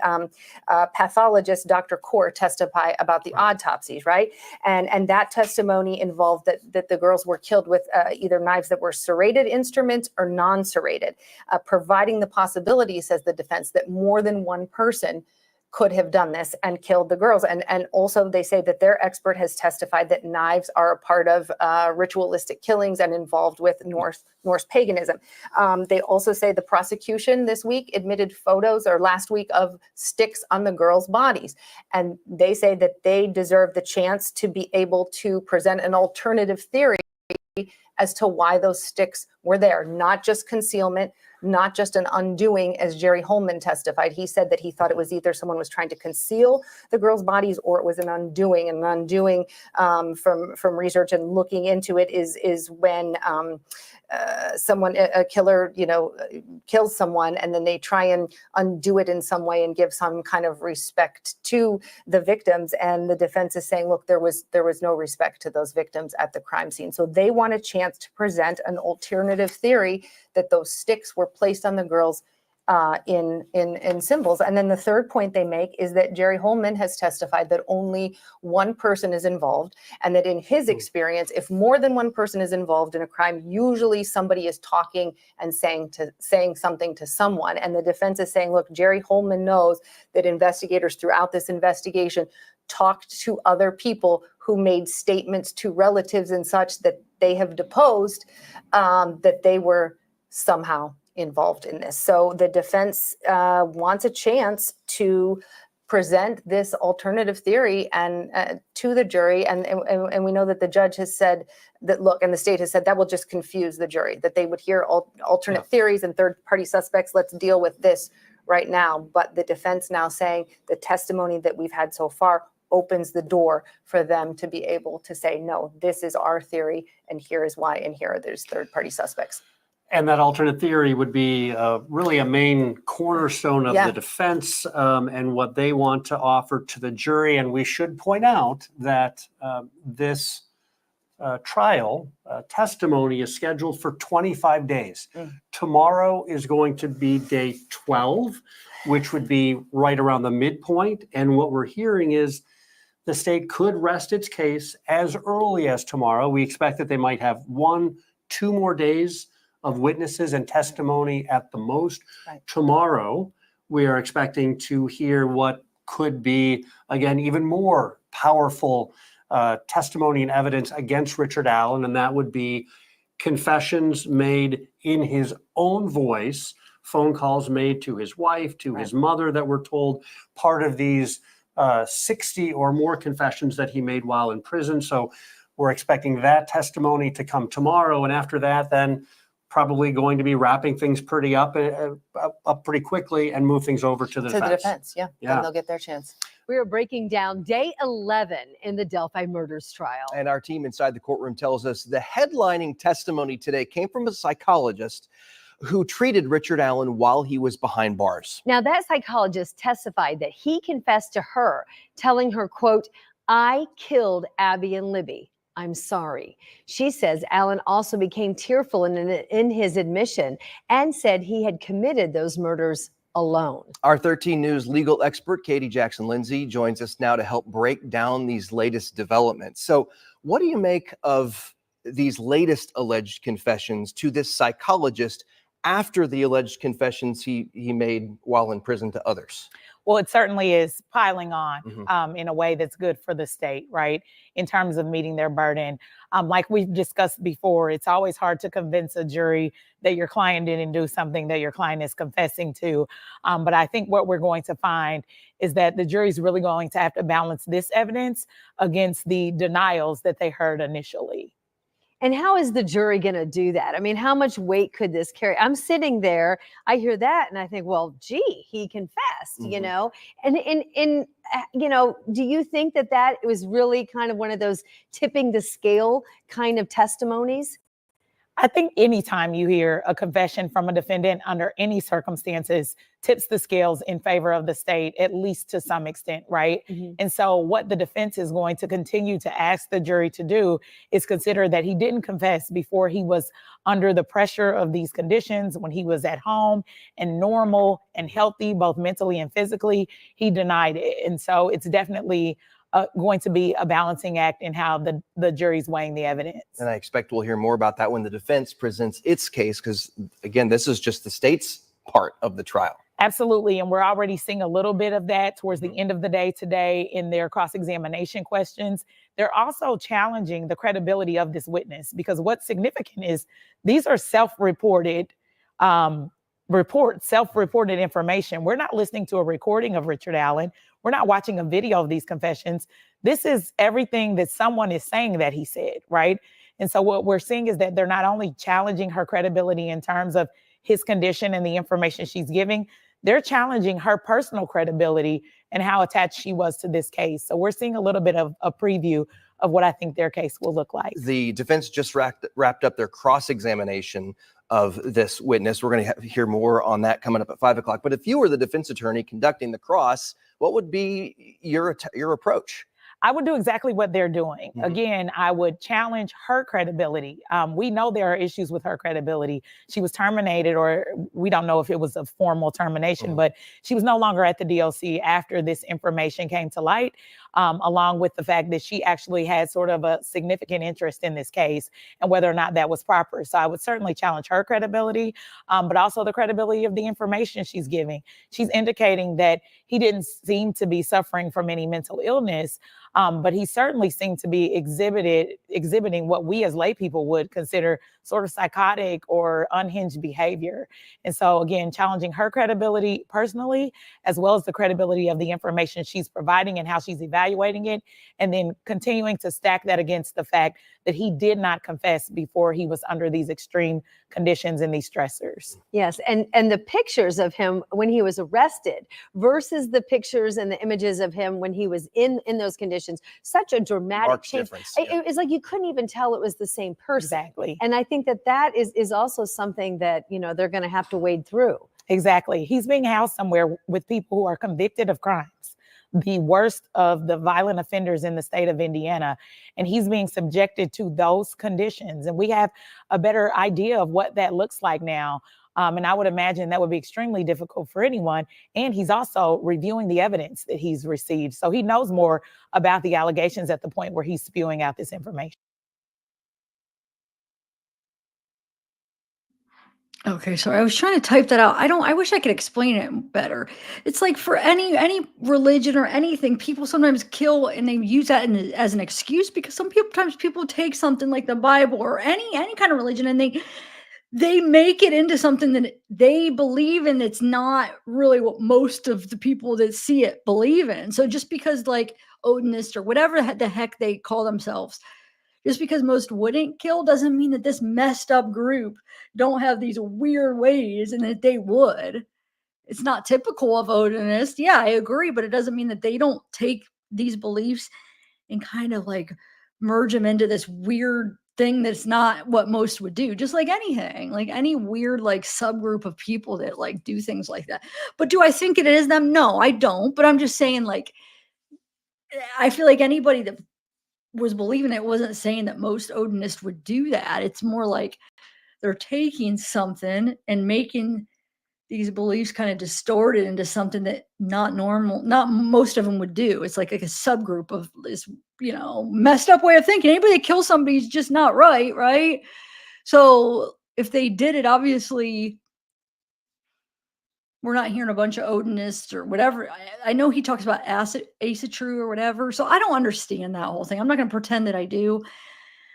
But whatever they consider themselves, it's not like, do we hear like a bunch of Odinists killing people? No, because it's not typical, but it doesn't mean there's somebody can't take that and make it into their own kind of like beliefs and do things, But with that being said, I don't think it's them. And if it is them, it was just an excuse. It's just, it happens to be that they do worship that. So maybe they kind of like, if it would be them, they made it into like an excuse of like why, has like more like, oh, it's meaningful because we did it in the name of this or whatever. But in reality, it's a distorted way. It doesn't make any sense. People don't do that. So like they could have, reasoned that way, but I don't think it was them anyway. But I was convinced a little bit when the whole Elvis thing, when it was like the antlers. But now I'm not so much. And like I said, if it is them, it's like, I don't believe like it's all about Odinism. I believe if it does come out that it is those guys, like that's just a thing that they are, that, you know what I'm saying? That it isn't really based in that. Maybe they took some of the things and used it and it's not really legit. Does that make sense? I don't know how to explain that. And I'm sure most people aren't even going to understand what I'm trying to say because most of the time people don't understand me for some reason. But oh well. I try my best to explain it. But yeah, I don't believe it as much as I did it last year when that first came out. I do think I remember like all of it together, how they presented it, it was just like, whoa. But then as you have time to go through it and make sense of everything, it just slowly becomes more believable, like not as much believable. As time went on and like things were like, okay, well, that's because of that, and that could be because of that. Like the whole thing with Abby having Libby's clothes, like the way they put it out in the memorandum is like, how could one person have undressed then, and they like did it for each little movement, like put the hood over Abby's head and then pulled the arm through and pulled the other arm through and then talking about like her not being bloody. So they thought like, did he rinse her off? Did he hang her and like do like, what do they call that? Where they let the blood drip out and all this stuff. And the way they laid it out, it was actually like, I don't know, a lot of people freaking, it had an impact on the way a lot of people thought. It raised doubt of it being Richard, basically. It raised a lot of doubt. And that's where a lot of this doubt is now. Because before that, there wasn't a ton of there wasn't like how you see now it's like split. I feel like before that memorandum came out, it was more heavily that people thought it was Richard. Not that, of course, you're always going to have people that think he's innocent, but it was more, I feel like, more tilted to like, yeah, he's guilty. There's, I mean, maybe like still maybe 20% that he was innocent. I'm just kind kind of guessing from like just hearing what people were saying and in chats. After that, now it's like split. They did a good job. I mean, they did a good job in his defense. They really have, because they laid out an alternative theory. But before that, there really wasn't like a. And then with that came a lot of people, like, I feel like did like latch onto that. And then I don't think now as many people maybe believe the Odinism thing, but they still like stuck with the doubt of him doing it after they looked into it. I feel like is what happened. They looked into that alternative theory, and while looking into it, realized some of the holes in the case more, it basically made them doubt that Richard was guilty. And then even if they let go of the Odinism theory, they still stuck with he's innocent. Because they laid out like reasons like the witnesses changing their story. That was in it. All of that stuff, which is, I mean, that does create a lot of doubt, because these are the witnesses that supposedly saw a bridge guy. And if none of them can kind of have a agreement of what this bridge guy looked like, that creates doubt. And how, like, they're the ones that pointed out how the story changed from muddy to bloody, the tan jacket versus the blue jacket. They stressed the point of the car, the different cars that people saw. How what's her name? Betsy, right, is the one that saw at 2:15, didn't see his car, but saw that Mercury Comet. So all this stuff that was all in one document, all of like any of the inconsistencies and doubts, and it was like all in one, and it was like an eye opener for. It's like, whoa, like, so they are doing a good job. I mean, they did do a really good job. Now you have half the people think he's innocent, and I credit it because of the defense, that memorandum. I really do. It wasn't that split. I'm telling you. Interpret the limbs in them and what he. Oh, and then the limbs, though. Yeah, the branches and the runes, and that those were deliberately put. They made it seem like. And like I said, before I seen the crime scene photos, I was more sold. And then when I actually seen them myself, I'm not as convinced they were deliberate. I know people disagree. Some people that seen them still disagree. I know the antlers aren't there, so that was a little like, whoa, they kind of exaggerated that. But also, like, yeah, some of them form like where it could look like a room, but to me, after I got to see it, I'm like, it looks more like somebody just trying to cover them up. I mean, I could see the other side. I mean, I could see the side of people thinking, because they are like, and some of them can make out like a rune. Certain of the runes, they kind of do, like, you know what I'm saying? But I think it's just like he's putting a stick and he grabs another one, puts it this way. It's just trying to cover. So I feel like a lot of it changed when I saw the photos for me. That's when I started doubting the memorandum. But I was like, man, they had freaking convinced me really hard. I spent so much time looking into Odinism and Brad Holder and Patrick and Elvis. And why can't I think of the other guy's name?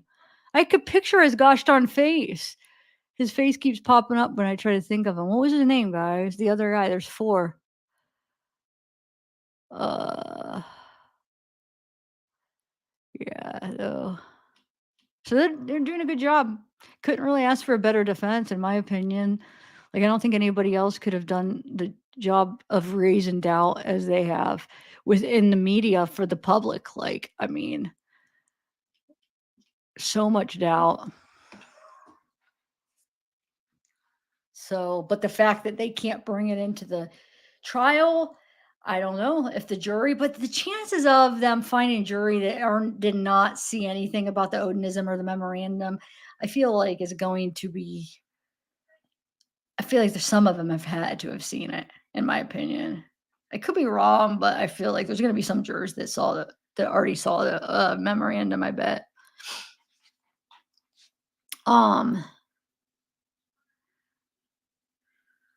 Yeah, that's my point, Nosy Rosie. The point is, even if you don't end up believing the Odinism thing, they still lay out things like that, and then the inconsistency. So that memorandum still has some really good stuff. No. What? No, I just found out. There's two big things out on the thing, and I don't think. Oh, packages. Yeah, okay. They're packages, you mean? Packages. Is that what it is? It's Yeah. they're in boxes. Yeah, just And they're packages. on the thing, and I know I can't do it. Yeah, they're packages like Amazon. Okay, give me 1 second. They're just packages, but I'll get them. Just 1 second. You won't be able to do it too easy. Yeah, just give me 1 second. Oh. Okay. Oh, you will? The packages? Yeah. Yeah, you're gonna help.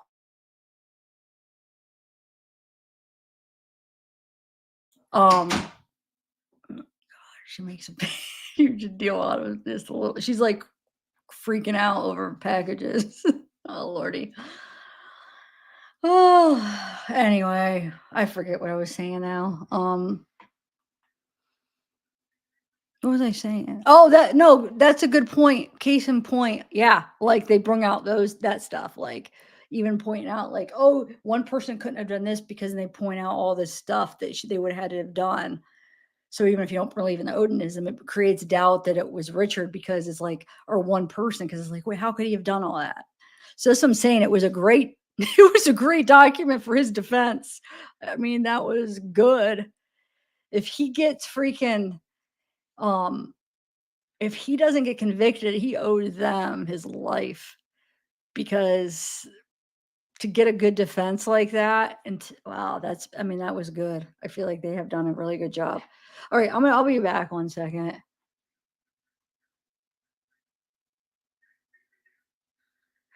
I wish I could, Richardson. Where would I put him on? He won't just sit here. Zeke, he's camera shy. He's the most cuddly person, but I try to bring him on my lap and he just acts like, but yeah, I wish he would like sit here and he could just like sit here, but it's because of my grandma here. He's like, she can't deal with him not being out of her sight. So she would have to keep checking on him. And yeah. All right, I'll be back.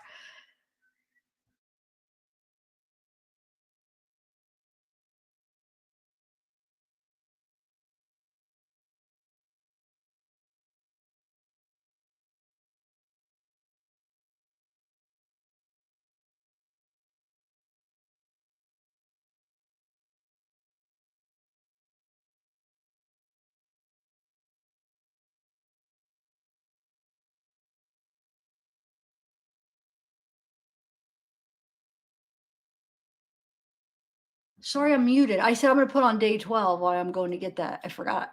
I might as well play that. I know a lot of it's WTHR, but they have the other clips I try to include too, but the other clips will be like a minute or two. They have the most in-depth coverage. And I don't think they're biased. I think they're just reporting as it comes in. And right now, you got to remember, the first half so far was the state's case.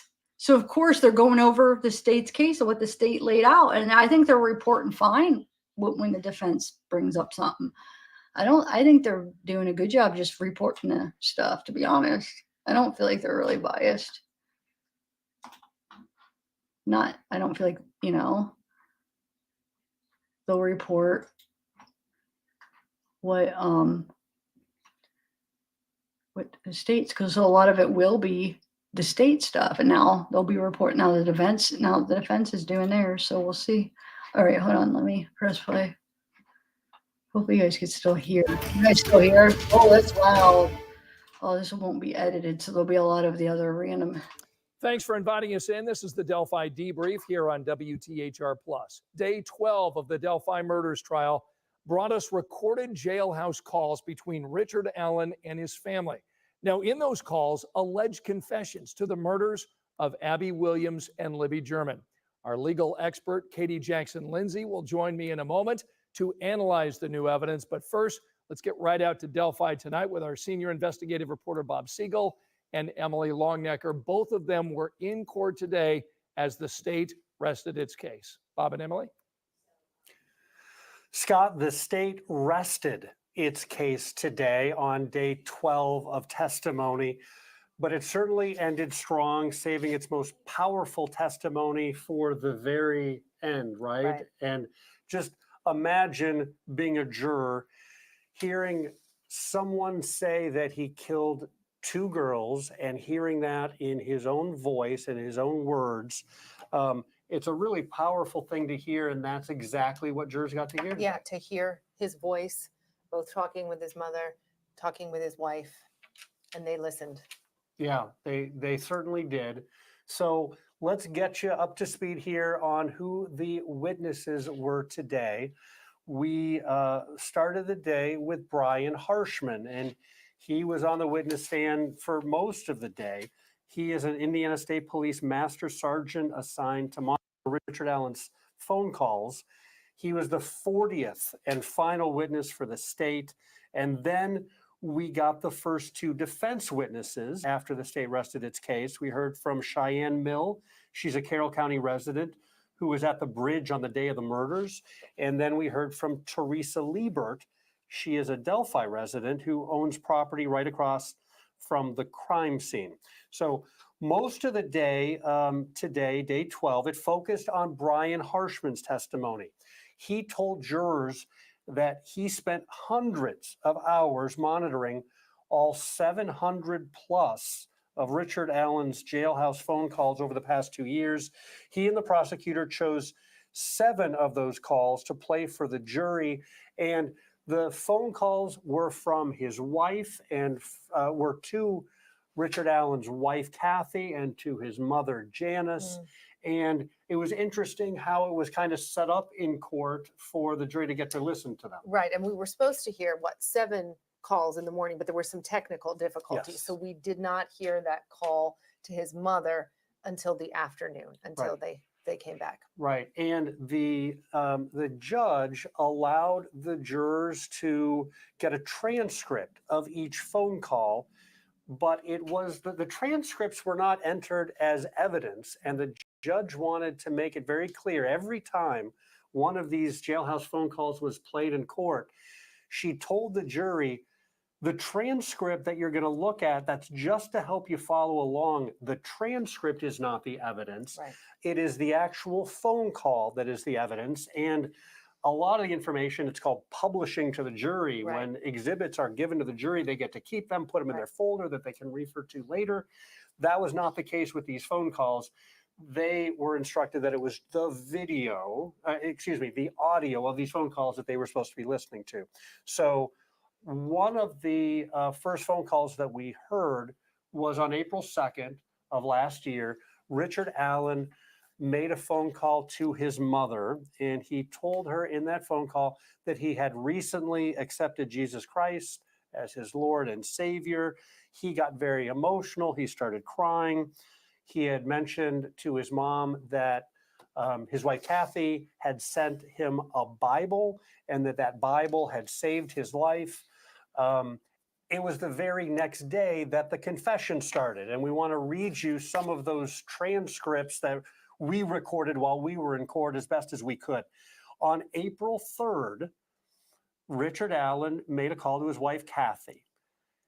And partway through that call, he says, I did it. I killed Abby and Libby. His wife said, no, you didn't. He said, I did. Kathy said, no, you didn't. Richard said, yes, I did.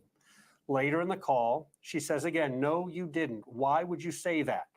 And Richard Allen said, what if I did? I think I did. Kathy tells her husband, they're screwing with you. They're messing with your mind. Richard said, I think I did. Kathy says, no, you didn't. Why would you say that? And Richard says, because I think I did. May 10th, about 5 weeks later, another call to his wife, Kathy. And on that call, Richard tells his wife, I think I've lost my mind. Kathy says, we've all lost our minds at this point. Let's not talk about anything we don't need to. Richard says, I need to tell you something anyway. His wife says, are you sure you want to talk to me over the phone? Richard says, I think I need to. Over the course of the conversation, they exchange the following statements. He says, I need you to know that I did this. Kathy says, what? No, there's no way. She later tells him, you're not well, so you don't need to say you did something you didn't do. And moments later, he says, I have to let you know I did it. Later that same day, March 10th, another phone call. He called his wife. The phone call started with Richard saying, honey, she says, yes. He said, I may have to spend the rest of my life here. And Kathy starts crying at that point. Richard said, I don't understand. I just got to know everyone is still going to love me. And he later says, it's true, honey. She says, no, it's not. He said, it's true, honey. She says, no. He said, I just hope you can still love me. If I get the electric chair, and she interrupts and she says, no, and she starts crying, he says, will you be there for me? Kathy begins crying louder at that point, and Richard later says again, it's okay, honey. I did it. I did it, baby. So extremely powerful things that the jury heard, and there was silence in the courtroom after these calls were played, and there was another call that came later after the lunch break. It was a call to his mother Janice, and to me that call might have been the most compelling one that we heard. When you're speaking to your mother and your mother telling you, I think the most compelling part for me is when she's saying, we love you no matter what. I'll always love you. Nothing can change that. But we're going to read how this call went down. And one of the calls, Alan's mom started by saying, it's good to hear your voice. And Richard Allen replies, so did Kathy tell you I did it? His mom, Janice, replies, we're not going to discuss this, okay? We love you. You know that, don't you? And Richard says, regardless? And she says, yeah. And then later in the conversation, Richard Allen says, I'm just worried you guys aren't going to love me because I said I did it. And his mom says, look, you're not in a good place. And then she says, we'll always love you no matter what. After that, Allen again says, I did it. And then his mom replies, Rick, don't talk like this. I think they're just messing with you. And after a pause, Richard tells his mom, I love you. And she replies, I just know you don't have it in you to do something like this. And he says, Mom, why would I tell you I did it if I didn't? And that very last statement, that is the statement that to me, It's hardly because there's nobody barely in here. So we've got only 60 people. So nobody's chatting. That's why.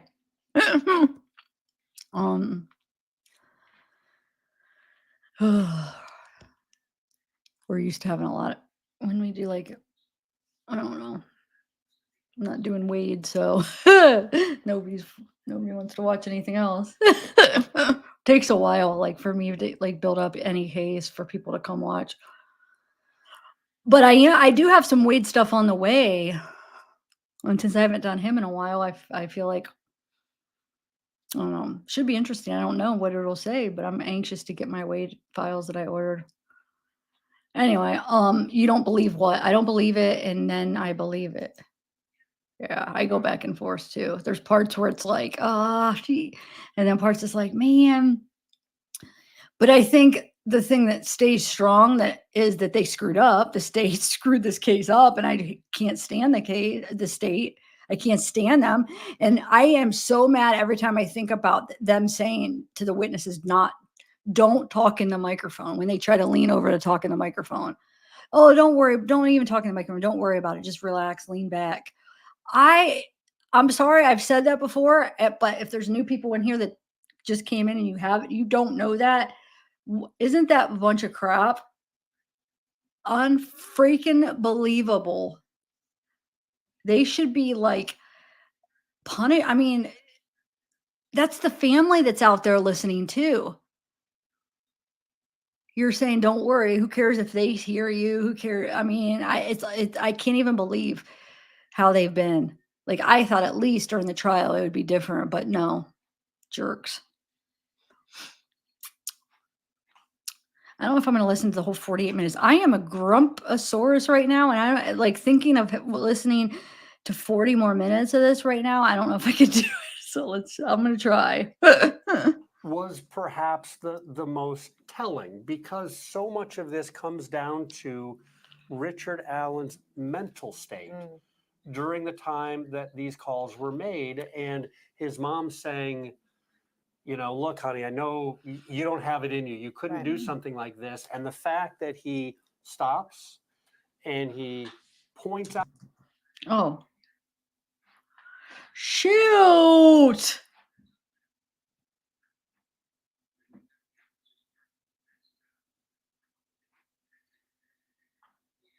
Shoot, hold on a sec. I just lost it. Oh well, I almost don't even want to finish it. I hit the wrong button.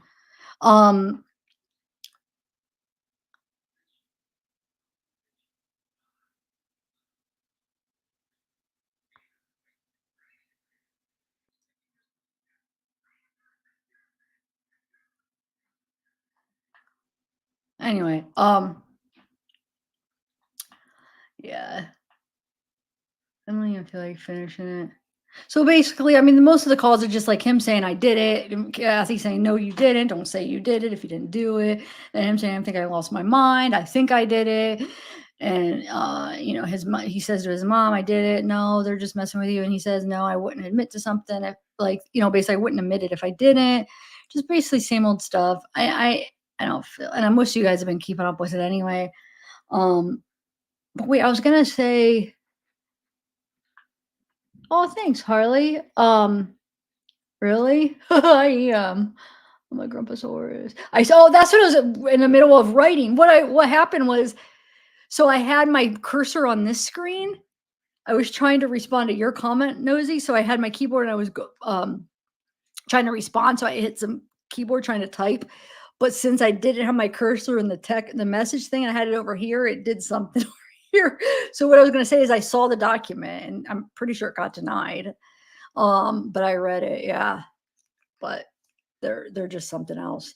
And that's why I almost wished they would have got I definitely wish they would have got rid of Gull, but I'm wondering if they would have got a new judge, if that judge would have been different. I almost think that any judge, it's just this case. It's like the way this case is going, it doesn't matter who they would have got. I don't know if they might, but I can't talk.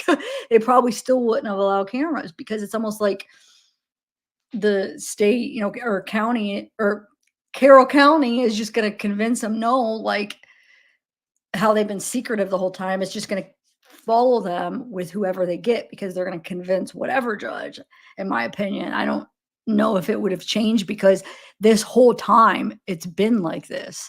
And Gull has only been a part of it for the last, what, maybe 2 years? Not that long. Year and a half. I don't know.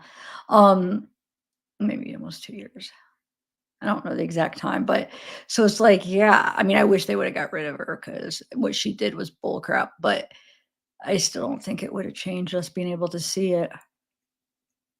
It sucks. I think I'm gonna just go, guys. I mean, today so far, let's see what happened. I know they had the guy that was driving in that back road. Who else did they have? Let me see real quick. Hold on. I don't even feel like playing that Brad clip. It's not of Brad, but it's of Julie talking about him from my video I wanted to play, but I almost don't feel like doing it right now. I'll play it in the next Delphi video I do. But hold on. Let me see if there's anything interesting that happened today. I'm going to watch Lauren later, but I want to see if there's anything that I can't exactly watch her right now. So I want to see if there's anything like quick in the news clips that sticks out of today. Hold on.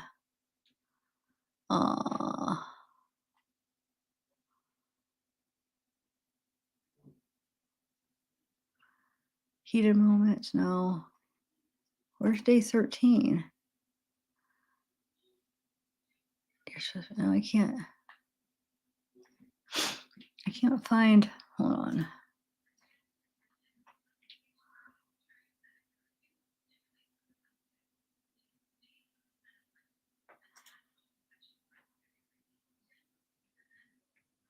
Oh, the defense testimonies describe Alan's mental state. Here, let's see what this says real quick. And I'll see if there's anything else interesting. So this is from today. be wrapping up their first full day before the jury. Our senior investigative reporter Bob Siegel was in the courtroom as the defense tried to prove their client did not murder Abby Williams and Libby German. And Bob joins us live tonight at 5 from Delphi. So, Bob, they concentrated today on Richard Allen's mental health, right?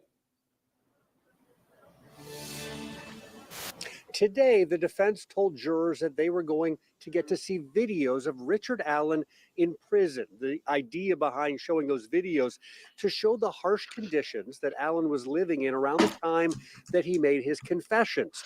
But today, the jury never got to see those videos. Prosecutor Nick McLeland objected to the jury seeing that evidence because the defense cannot verify the dates prison guards shot the videos. So it's unclear if they are truly from the same time period when Allen confessed. Judge Fran Gall says she will give the defense a chance to show those videos later, when and only if the defense can verify the dates.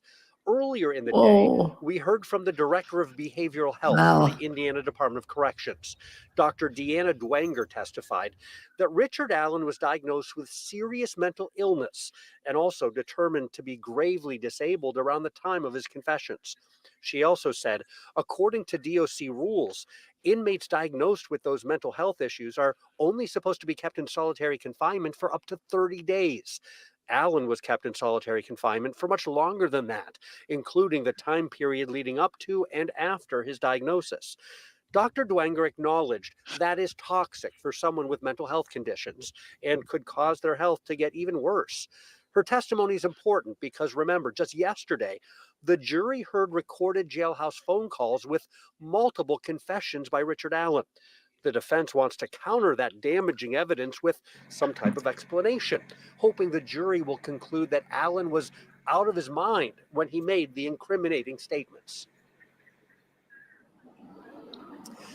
And that is why the defense really wanted the jury to see these videos of Richard Allen being led around the prison in ankle chains and arm chains and body chains, and also what he was doing in his cell, his bizarre behavior and his mental state while he was in the prison around the time of his confessions. We had a bunch of other witnesses testify here today, a whole bunch of them. Some of them really struggle. I'll tell you more about that coming up at 6. Live in Delphi, I'm Bob Siegel, 13 News.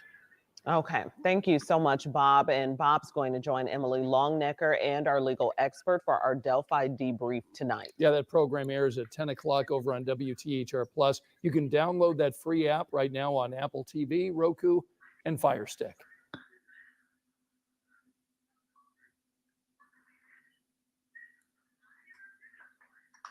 What do you mean? Jurors in Richard Allen's double murder trial. Becky, who are you talking to when you said variation?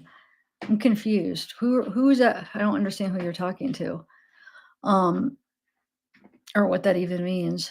Poirot's not one to give Arya opportunity to prove his innocence, even if. Yeah, I don't know. She should have been off the case. I'm sorry. She should have definitely been off the case. It's not cool. All right, hold on one second.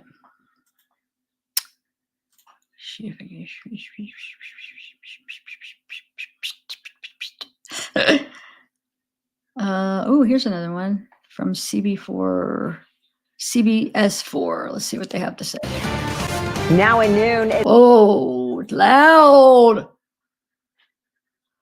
Dang it.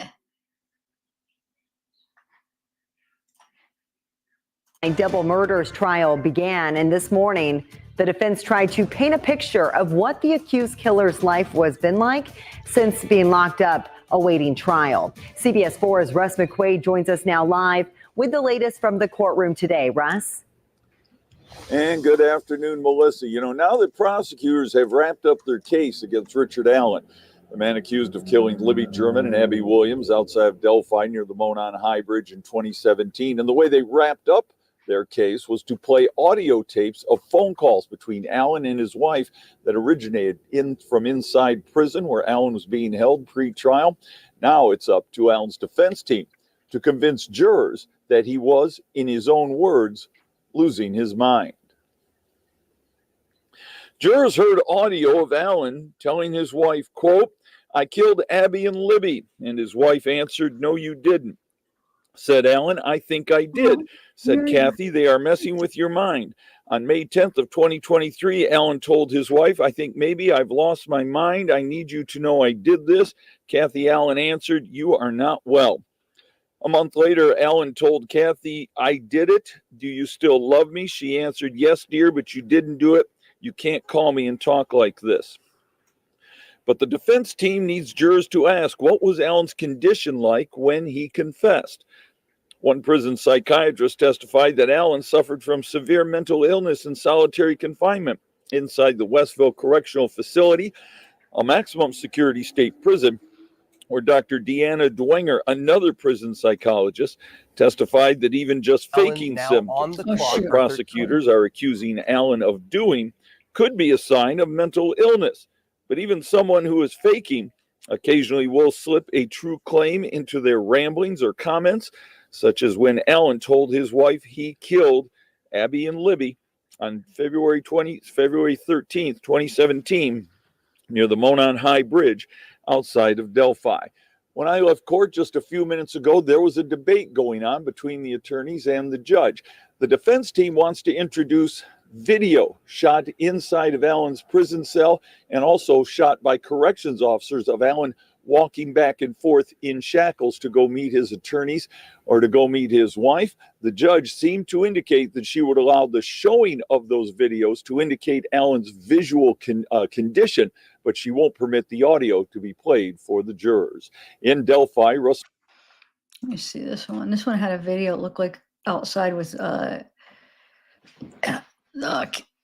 Richard's wife. 13 News team is in the courtroom right now working on the latest developments. And right now, we do know that the defense heard this morning from Dr. Deanna Dwenger, who is a behavioral health specialist for the Indiana Department of Corrections. Dwenger said that in April of 2023, Allen was diagnosed with serious mental illness, otherwise known as SMI. Officials later determined Allen was suffering from, quote, grave disability and couldn't care for himself. Dwenger also testified this morning that she regularly heard Allen being threatened by other inmates. Additionally, she was concerned about Allen being on camera at all times and even recommended they be removed to improve his mental health, but cameras were not removed. And we learned that despite being diagnosed with SMI, serious mental illness, Allen was kept in solitary confinement for 13 months. So that testimony coming from that person in the trial this morning. Now, yesterday, the prosecution rested its case after 12 days and 40 witnesses, and prosecutors ended with some of their most powerful evidence, Richard Allen's prison phone calls. The jury hearing Allen admit to killing Abby Williams and Libby German. Our Emily Longnecker is in Carroll County breaking down the biggest moments from inside the courtroom. No cameras are allowed inside, remember, which is why we can't show you any video. Take a look. Thursday morning, the prosecution played 7 phone calls Allen made from prison, 5 of them where he confesses to his wife, Kathy, that he committed the murders. In one of those calls in April 2023, Allen tells his wife, "I did it. I killed Abby and Libby." She replies, "No, you didn't." Richard Allen, "I did." Kathy Allen, "No, you didn't." Richard Allen, "Yes, I did." Later, Kathy Allen says again, "No, you didn't. Why would you say that?" Richard Allen says, "What if I did? I think I did." Kathy Allen tells her husband, "They're screwing with you. They're messing with your mind." Richard Allen replies, "I think I did." Kathy Allen, "No, you didn't. Why would you say that?" Richard Allen, "Because I think I did." Then in a May phone call, Allen confesses to his mother too. Janice Allen starts the call by saying, "It's good to hear your voice." Richard Allen replies, "So did Kathy tell you I did it?" Janice Allen, "We're not going to discuss this, okay? We love you. You know that, don't you?" Richard Allen, "Regardless?" Janice Allen, "Yeah." Later in the phone call, Allen tells his mother, "I love you." She tells him, "I just know you don't have it in you to do something like this."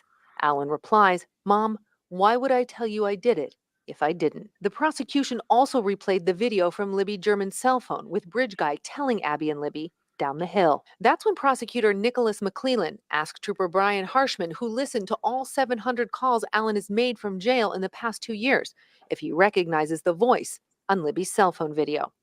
Harshman looked right at the defendant and said, It's the voice of Richard Allen. Thursday afternoon, Allen's defense team began presenting their case to the jury. They called 2 witnesses. One woman, Cheyenne Mill, told the jury she and a friend were on the Monon High Bridge the day the girls disappeared. Mill told the jury they got there at 2:50 and saw an overweight man as they walked on a trail leading to the bridge.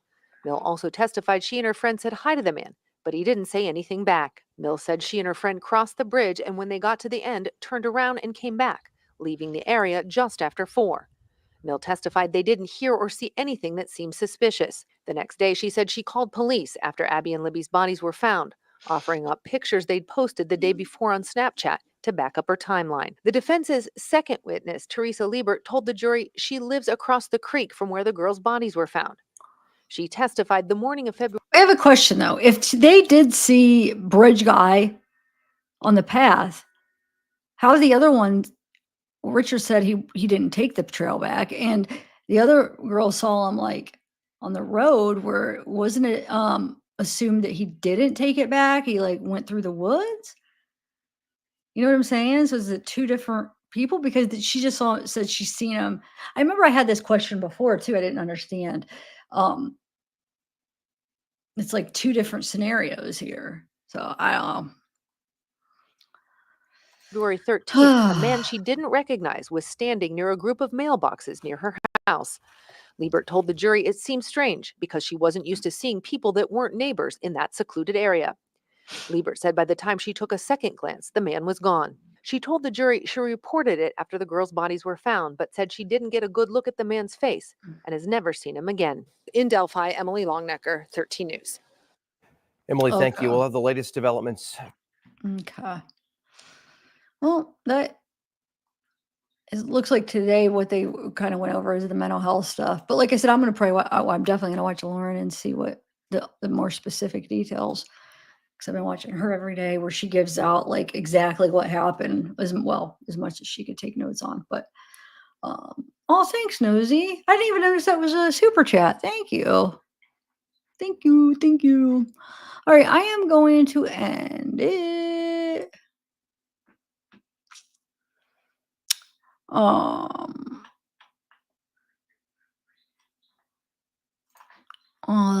minute, I'm like, okay.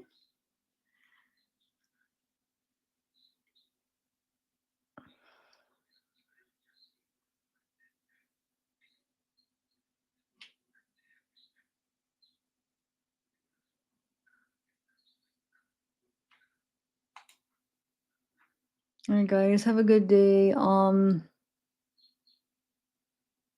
don't know what my next live will be, if it'll be Delphi or I don't know when I'll get that Wade stuff, so I don't know if that'll be how long it'll take for them to mail it, but I still have to do the Ezra, release the Ezra stuff. I never did that.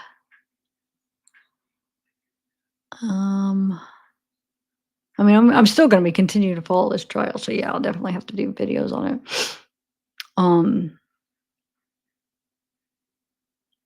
It might not even be a whole month because if you think the defense will be as long as they'll have as many days as the state, maybe. I mean, if they are ended up allowed to, if they get the judge to allow them to talk about Odinism, which I doubt, she keeps denying it. But if for some rare reason they get her to allow it, then I could see them needing more than 2 weeks, maybe. But I don't think they are. But I feel like that if they do convict them because of like them not allowing some of this stuff, isn't that like grounds for an appeal? Because they weren't even allowed to present their defense. I don't know. Legally, I don't know all the rules and what you can do and what you can't do, but it seems like that would be like, but with that county and that state and the way they just been, I feel like even if they appeal, nothing's gonna happen. Oh, thanks, Chloe. Thanks, Becky. Harley, Nosy Rosie. I'm a Nosy Rosie. Harley, we got who else? We got Emery Dawn, 8:30, Temptress 7 to 7, Chloe, sorry if I am a little grumpy. I feel like the last 2 days. Can you guys tell at all? I mean, I know a lot of people are like, "No, you're not really being grumpy," but compared to, like, how I normally act, there's no difference that I kind of more like, um, I feel like I get more like I don't wanna say defensive, I don't know. I feel it. I mean, maybe it doesn't come across in the way I act. I don't know. Cassie, but yeah, nosy. Who are you talking about? You don't have to say it publicly if you don't want, but yeah, email me. I could try. Holly, what's up? What up? What up? How are you?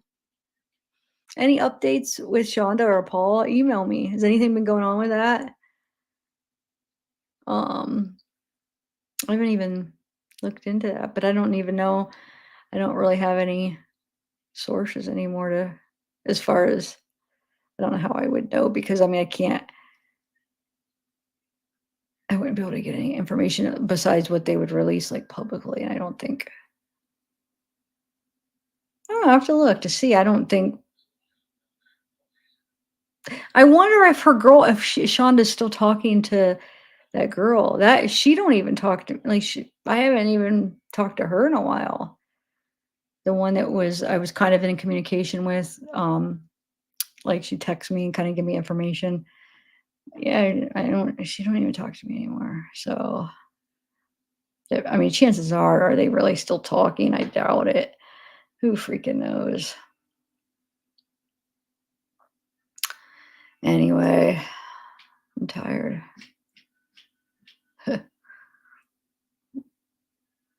Oh, I just seem tired. Oh, cool. Felicia.